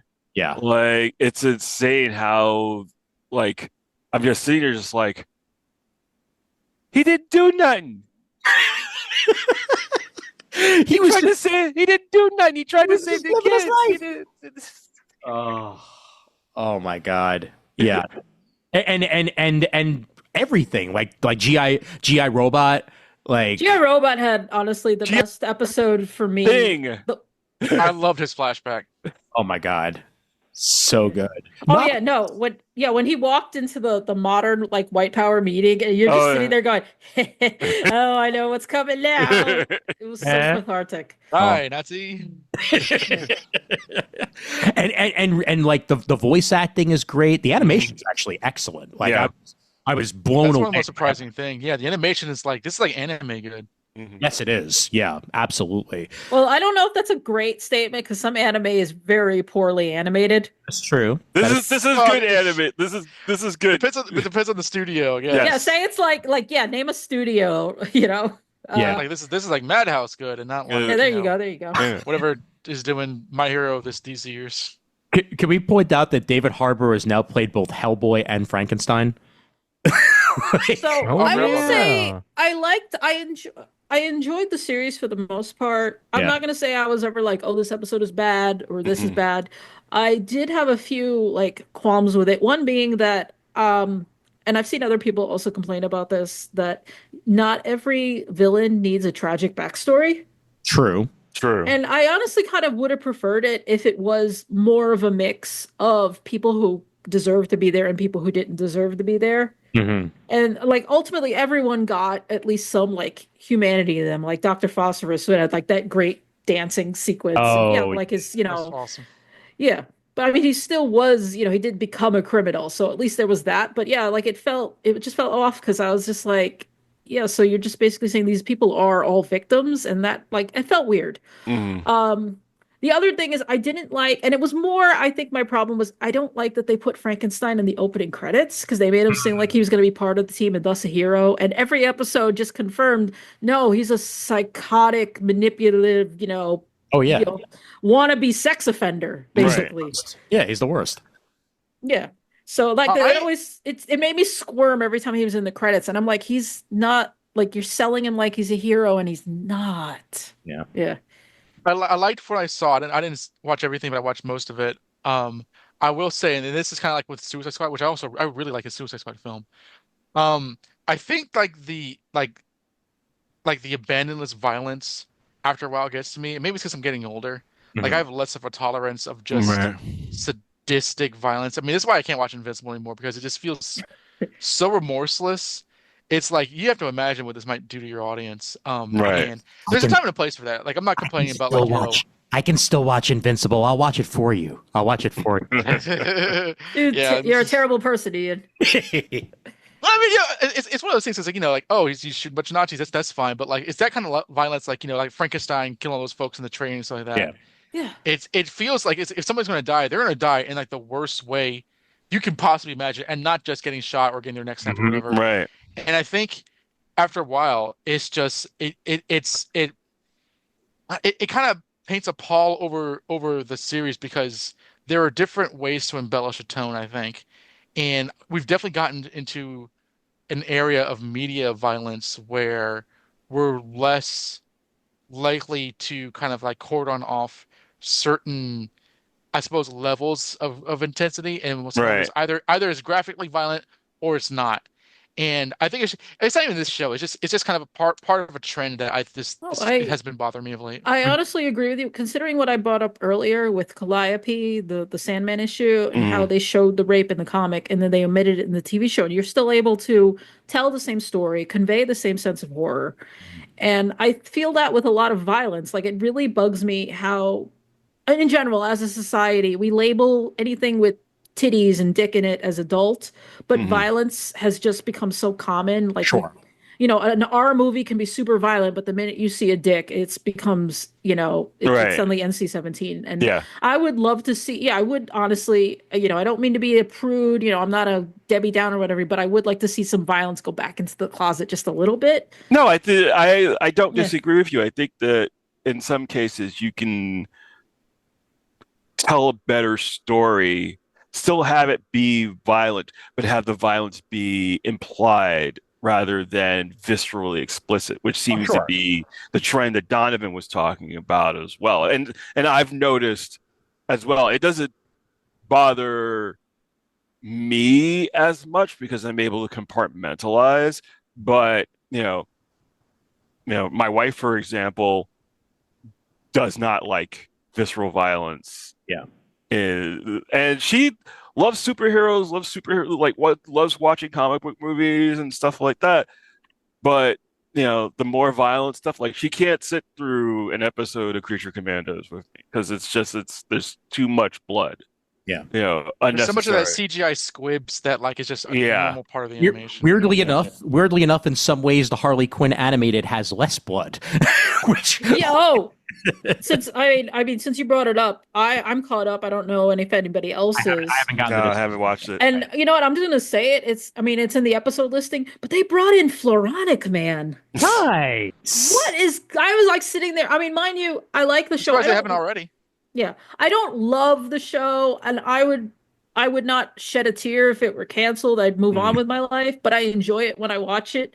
Yeah. And this season so far, I've had that feeling of like, are they running out of ideas or whatever? Because they basically, it's like a soft reboot because they've moved to Metropolis, which lets them do new stories, and that's great. Like, creatively, I think it is a good idea, but it does have this sense of like, why does this show still exist? Right. Like that's my only thing. I mean, it's still fine. It's fun. I will say this. I don't think we've ever talked about Harley Quinn, but it's still my favorite thing about the show was in episode 1, how this is a show where they will regularly say, shit, fuck, ass, like every word except C-U-N-T. Right. Like I can't even say it right now. And I love the fact that they bleep. That's the one word they choose to bleep out. I mean, and that always cracks me up. Yeah. It's American, not British. No. There you go. Yep. Yeah. I won't even say it because I don't know how people feel about it. No, it's fine. Yeah, but I don't. I say it in real life. I'll be honest, but it's very selective. Yeah, it's very selective on my part. Yeah, it does carry weight. I enjoy the show. I enjoy Guillermo as Nightwing, and his beautiful ass. Oh my god. I also haven't even finished Kite Man Hell Yeah, so I still need to do that until and then catch myself up on everything else. But I like it, and I'm looking forward to the new season, so that much is there. But Creature Commandos, it's interesting that this was the first of James Gunn's tentpole for the new DCU. Right. When he was announced, I was worried that like everything that would be announced would be kind of like Creature Commandos, like D-list characters that he would kind of like have soft spots for. Right. And when he kind of did that DC fandom slate, like Superman, Brave and the Bold, and Creature Commandos, oh, okay, so this is one for him, and other stuff is coming as well. Right. That's the way I look at it. Is that one for me, one for everybody else, one for me, one for you, one for me. For anyone who's seen The Brutalist, one for you, one for me. Oh, God. Yes, I sure haven't. I will be seeing it at some point. It's long. I mean, this isn't a comic related, but my review of The Brutalist is the first half is absolutely stunning, amazing, probably could have won Best Picture, and then the second half happened. It's not a bad movie, the second half, but it's very jumbled, and you could make the argument, well, it's about, it's a metaphor for his life spinning out of control. Yeah. But as a viewer, it's not a cohesive experience. And then the epilogue is just super fucking weird, and like you can find a gazillion articles of like, what does the ending mean? I'm so confused by it. And I'm like, all right. And then it's got some really cool credits. well, bringing it back to Creature Commandos, one of the things that I liked about it is is Cersei telling the truth or not? Right. Which very much tied into, okay, are we going, dark future again with DC already? And doesn't seem like it, but at the same time, it at least had those questions out there that needed to be solved by the Commandos by the end of the season, and they did. And of course, shockingly, because they are expendable, even though they're not the Expendables, there's some loss of life on the team. So, yeah. But I enjoyed it. It was good times. Overall. It was good though. I mean, I don't want to put across this. I think James Gunn just is so good. He just knows comics that he just does it straightforward. Yeah. Yeah, I've been really thinking about how we are in this kind of golden age right now of like we've been talking about TV, but just right now adult animation. Right. Is the fact that there's just like I can just pop on a service and there'll be not even anime, but there's a lot of good anime too, but just pop on and there'll be some American made animated TV show that I can watch and it'll be really good. And I'm just like, it's just so weird to me. Yeah. And Ian and I, used to do that Adult Swim panel, which emerged out of, it was a panel a friend of mine did, and it was specifically not supposed to be about Adult Swim, but it was called like Adult Swim Revolution, how I think it was like Cartoon Network forced American animation to grow up. I think that was the original name of it. Cool. And it just kind of went off course over the 15 to 20 years we ran the panel. But then we also had the American Animation panel, which kind of also filled in that gap in some ways, where we were just highlighting a whole bunch of that was mostly because I went to a panel and they were just shit talking American animation, and me and a friend were just like, excuse me, Batman the Animated Series, Gargoyles, just like it. I just felt like I had to stand up for Western animation. Well, we'll save it. We'll save a full review of it for another episode, just because I want to talk about some stuff that we've been reading, and then we'll go ahead and wrap things up. But I will say, with Friendly Neighborhood Spider-Man, for the two of us that have watched it, a bit of it. Donald, have you watched the first episode yet, or any of it? I've seen clips that look really good, but I have a big problem with Uncle Ben. This is not a spoiler. Uncle Ben being dead before all this happens. I struggle to see how you still call that Spider-Man when you cheap out his reason for being like that. So I'm kind of struggling getting started with, because I've seen clips I like, but I understand that happens, and I'm like, oh, I don't like that at all. But you guys go ahead, because I know you have seen it. No, it's fine. I feel like it works because that Uncle Ben built this Peter Parker. Like the bones are still there. Even if the actual death of Ben happened, before he became Spider-Man in this, he gets referenced a lot. He gets referenced a lot, and he would not be a hero without Ben's influence one way or the other. So yeah, I completely get it. This is a take on Spider-Man in the multiverse also. So like you gotta throw it that way. Like it's a side MCU. Like it's not the MCU, but it also is. Like a whole bunch of stuff happens in the show that definitely happened in the MCU. It just happens differently. Like Civil War happens, but not with Spider-Man involved. The Sokovia Accords get signed. There was definitely like an Age of Ultron style event that happened at some point. Captain America, Iron Man, they're all in the world, and Doctor Strange gets introduced in the first episode, which then leads to how Peter of this world becomes Spider-Man is the events of that particular moment. So the message is there. It's just done very, very differently for the sake of It's explicitly an alternate universe, which I think is fine. Exactly. Yep. Yeah. They're not saying this is the definitive version of Spider-Man. This is just a version of Spider-Man, and this is how it happens. Which is cool because they get to use a whole bunch of different characters that they wouldn't normally be able to use as well. Like, Nico from Runaways is basically his best friend in the show. And also there's a contemporary version of Tombstone that's introduced. Like he's a classmate of Peter. And we're basically watching the evolution of the character in a very different way because of that. I personally also believe the animation works. I know that some people are a fan of it, but no, the animation gets the animation gets better. I was kind of iffy on the animation with the first episode. By the time you get to episode 3, like it really starts. The whole look of the show really starts to come together. Yeah. 4 or 5. This is a spoiler. I know what you're gonna say. Say it. This is a spoiler. They snuck the slingers in there. Yes, they did. Yeah. Wait. In the most hysterical way possible. Oh my god. So if you're aware, Norman Osborn is basically the mentor character in the show for now. We know he's Norman Osborn. Shockingly, something's going to wind up happening eventually. They also finally just straight up made him black with the hair he's always had. So like, go figure. Finally. I know.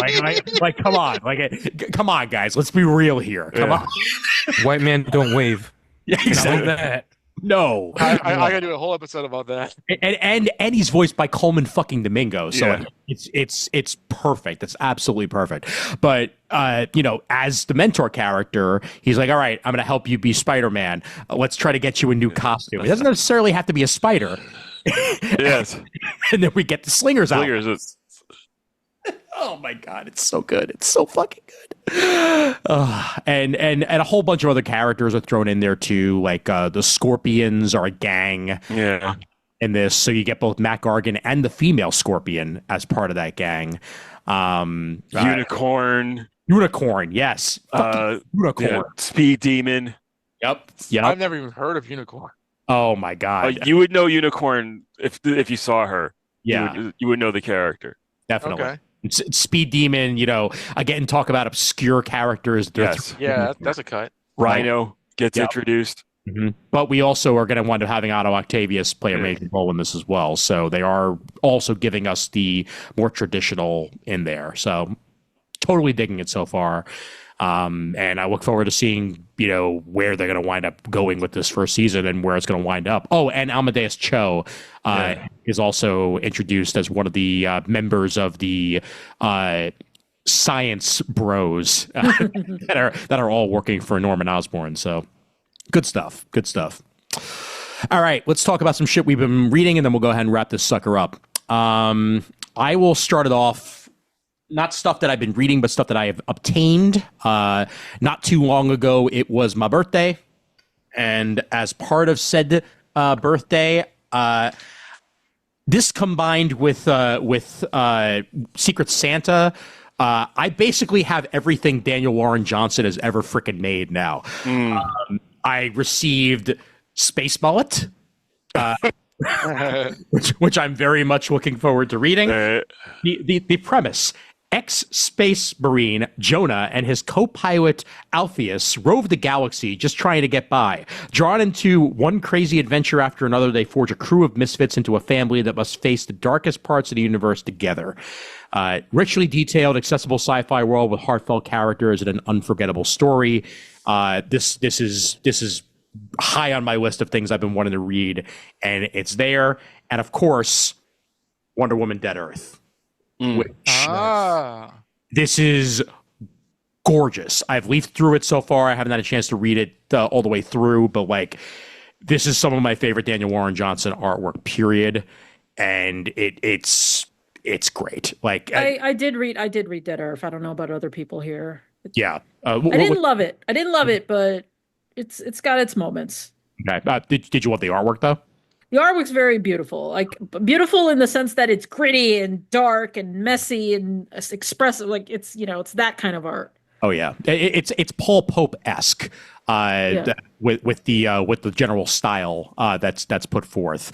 So that's great. And I also received it's in the back of me right now, and I won't go get it, but I did get the Marvel versus Capcom collection for PlayStation 4, which runs on PS5, and it came with the tiniest little comic, the tiniest, smallest little comic with a Todd Knock cover.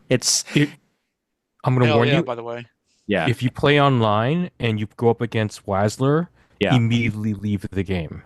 Wazzler? Immediately. Yeah, Wazzler. Justin Wong. Yeah. Do not play against Justin Wong. Oh no! Justin Wong is a goddamn menace, and why would I do that to myself? Why would I do that to myself? Weapons in Final Fantasy VII. Seriously, my God! I just wanted to throw it out there. I just wanted to give you a proper warning. Thank you for that. I also got Street Fighter 6, and I'm starting to play through that a little bit with the story mode and all that jazz. So it's you playing as Mai Shiranui? Yeah, boy. Oh yeah. Yep. So I got some good reading and I got some good playing ahead of me. Chris, I'll head over to you. Oh, me? Yeah, I'm like almost reluctant because I was actually going to send you over some little like short recordings, for the Patreon over. Well, I mean, you can always tease that.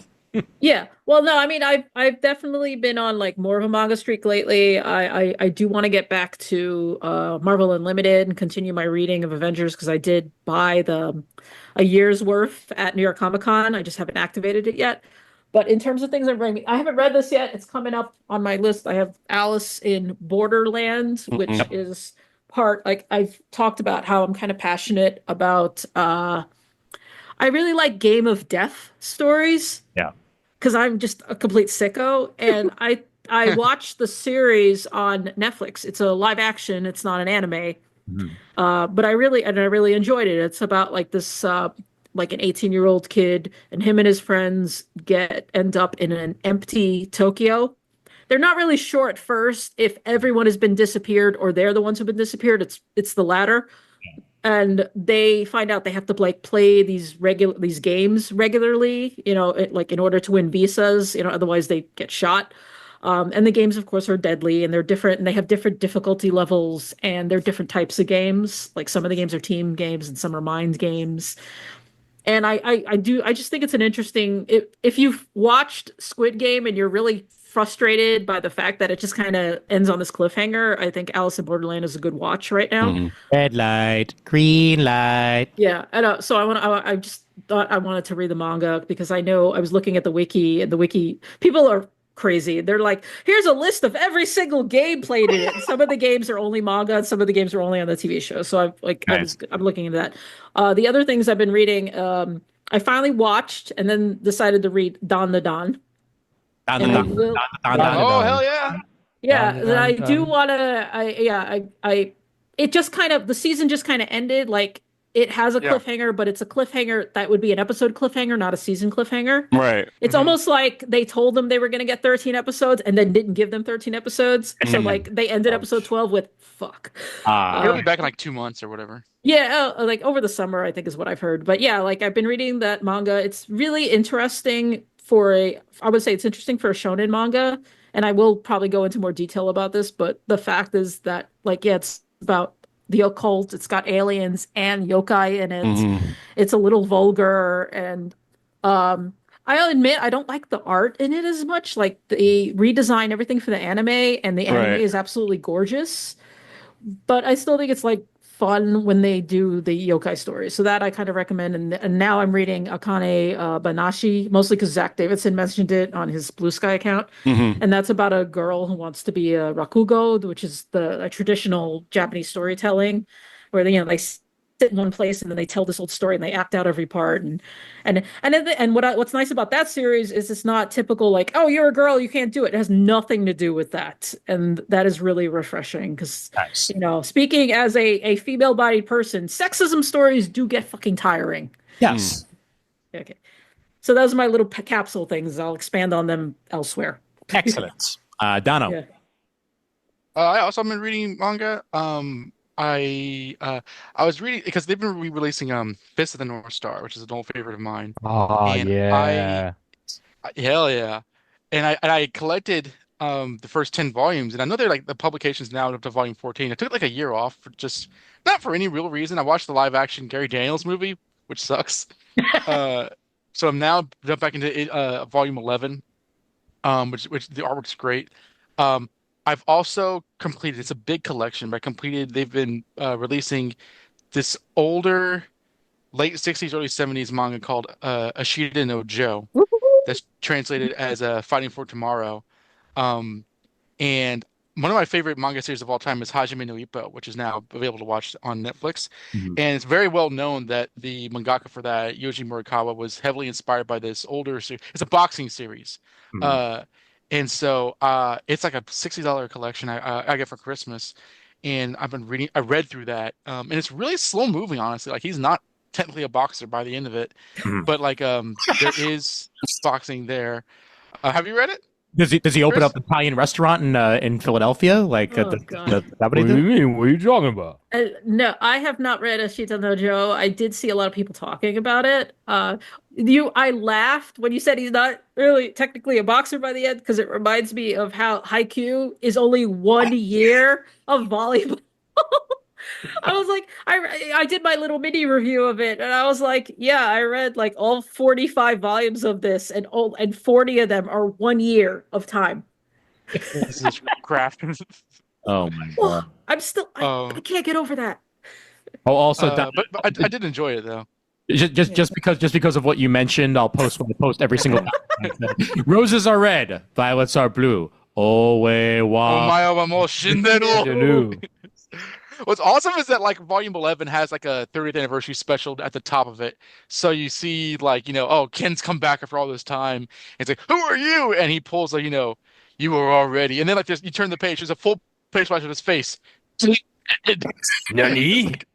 Hell, so yeah. So I've been reading that manga. I am reading and also reviewing the BatmanUniverse.net. Batman and Robin Year One by Mark Waid, which I'm enjoying, and also the Batgirl series by Tate Brombell, which I'm also enjoying. Very cool. Very cool. Jamal, what you got? Okay, so one thing that I have read recently that I really enjoyed was Friday Book One by Ed Brubaker and Marcos Martin. Ooh. And- All right. yes, and this is right up my Ed Brubaker alley because I am a huge Brubaker fan. I have told him this repeatedly, but Friday is about a young girl named Friday Fitzhugh who is she's in college, but she spent her high school years as the Archie Goodwin to a teenage detective Hmm. in their small town who's sort of who's very Encyclopedia Brown meets Sherlock Holmes and named Lancelot Jones, and they have a falling out because they love each other, Mhm. but they can't be together. Lancelot is actually a couple of years younger than Friday, and Friday leaves for college in the first book. She comes home for the first time in years, Lancelot wants to go back to, the way things were before. Friday's been away for a couple of years, but, there's a murder. What? Yeah. Damn it. And they just go downhill from there.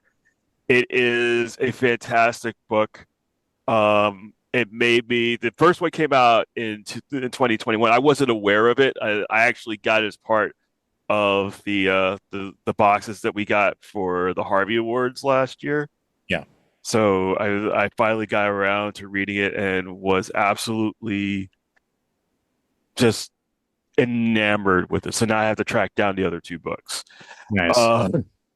So, and like Dono, Batman and Robin, top tier. Really enjoying the current Superman run as well.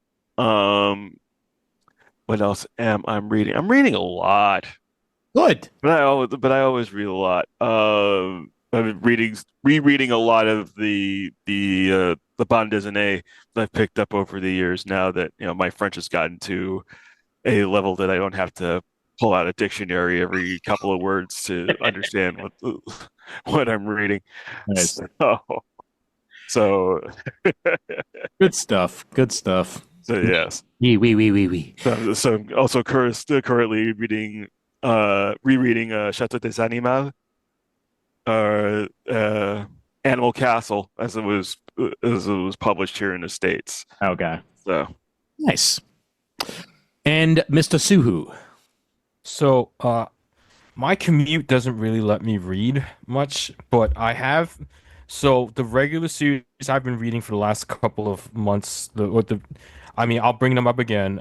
Star Trek Lower Decks recently did a time bending issue where the lower deckers are each mentored by a different time traveled Starfleet great, Kirk, Picard, etc.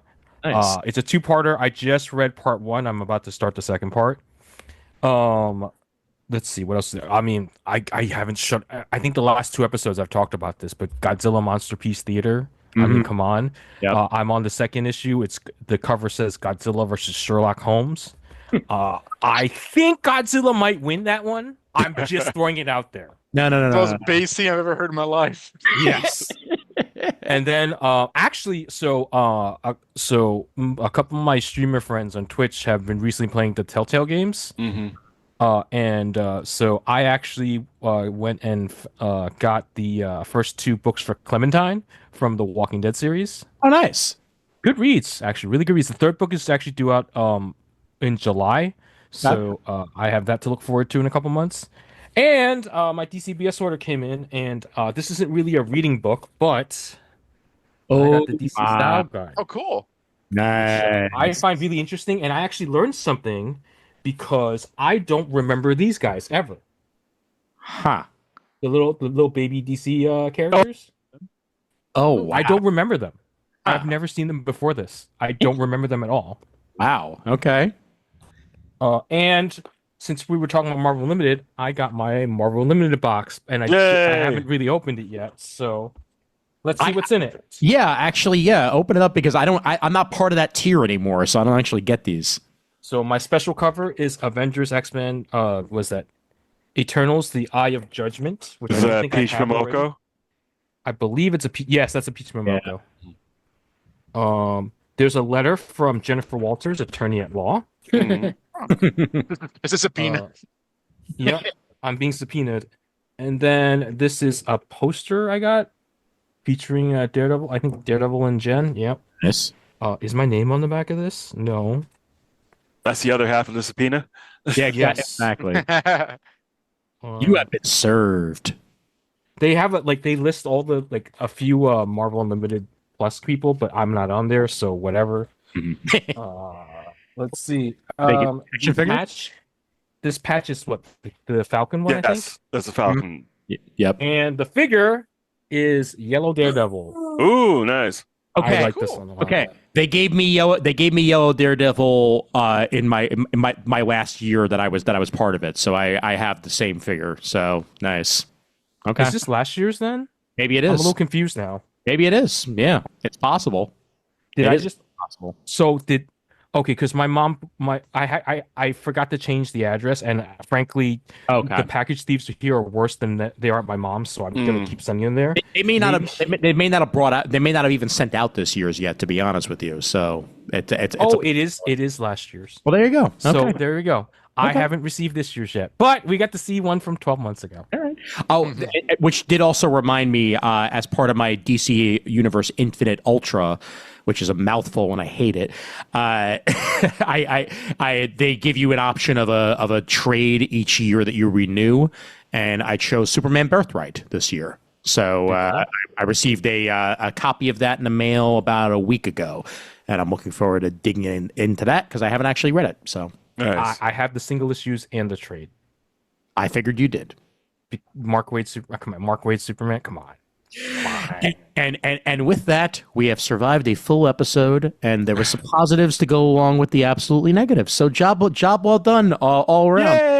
Did you say suppositives? It's a positive. Yeah. Listen, whatever you got to do to make yourself regular, okay? No judgment. Shit.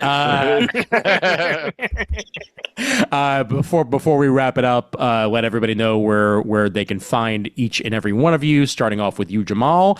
Got anything new to pimp or promote? And if so, by all means. Oh, well, I showed it earlier in the episode, but I will show it once again.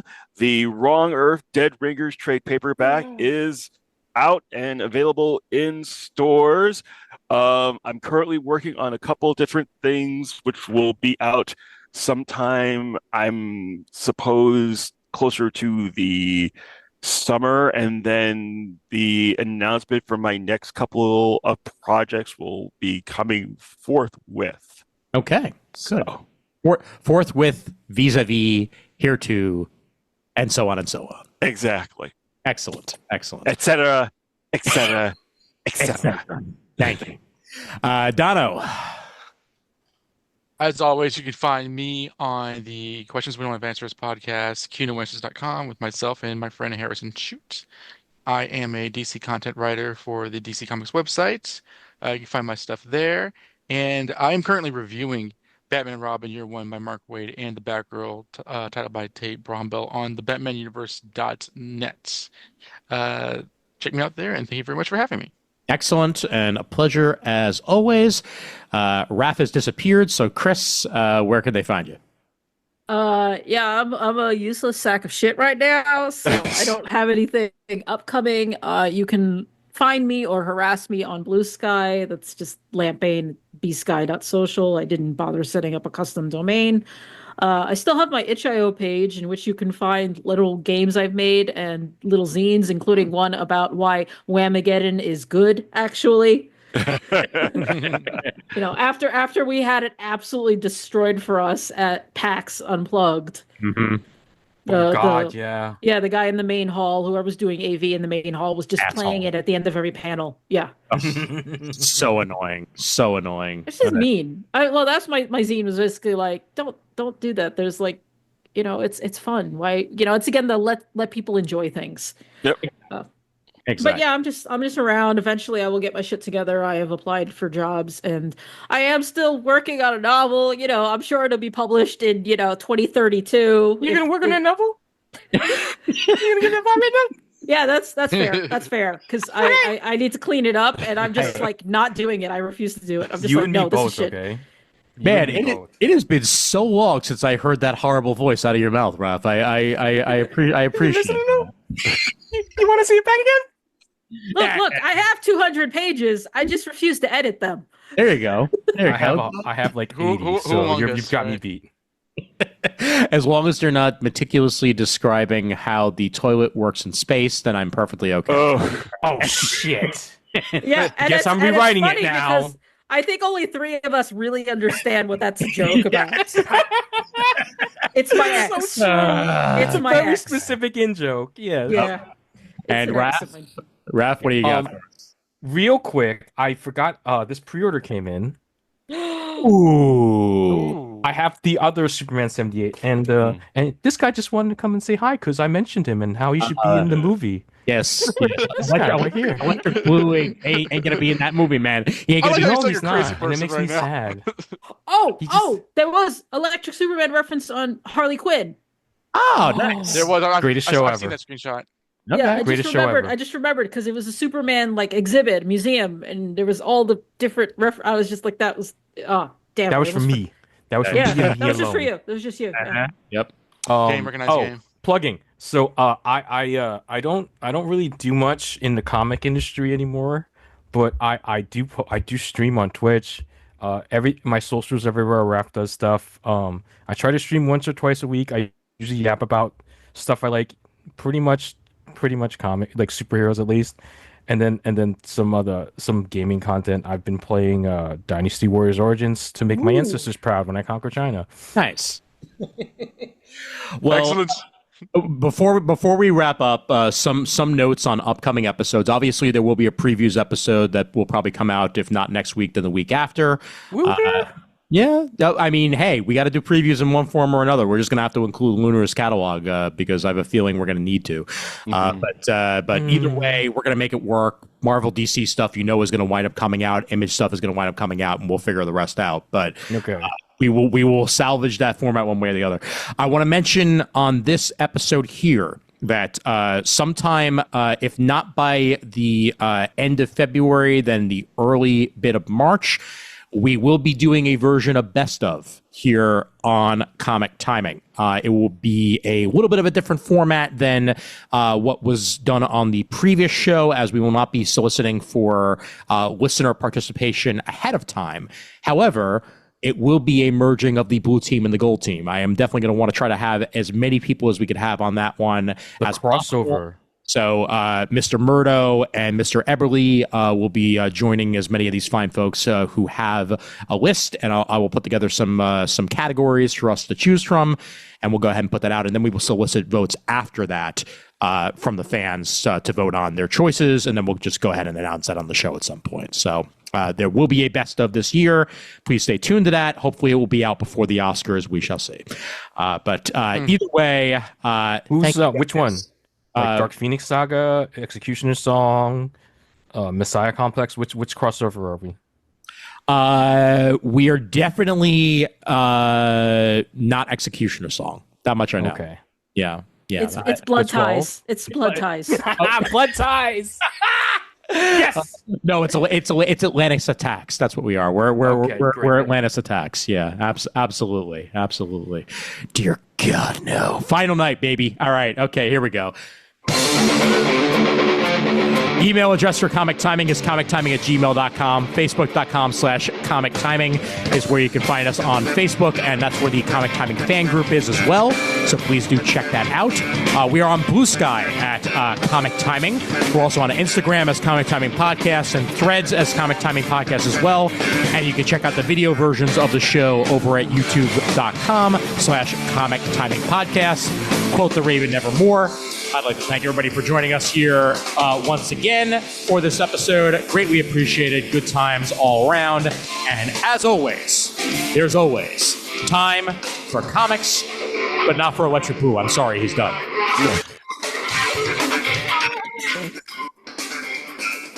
Hey, he's always around.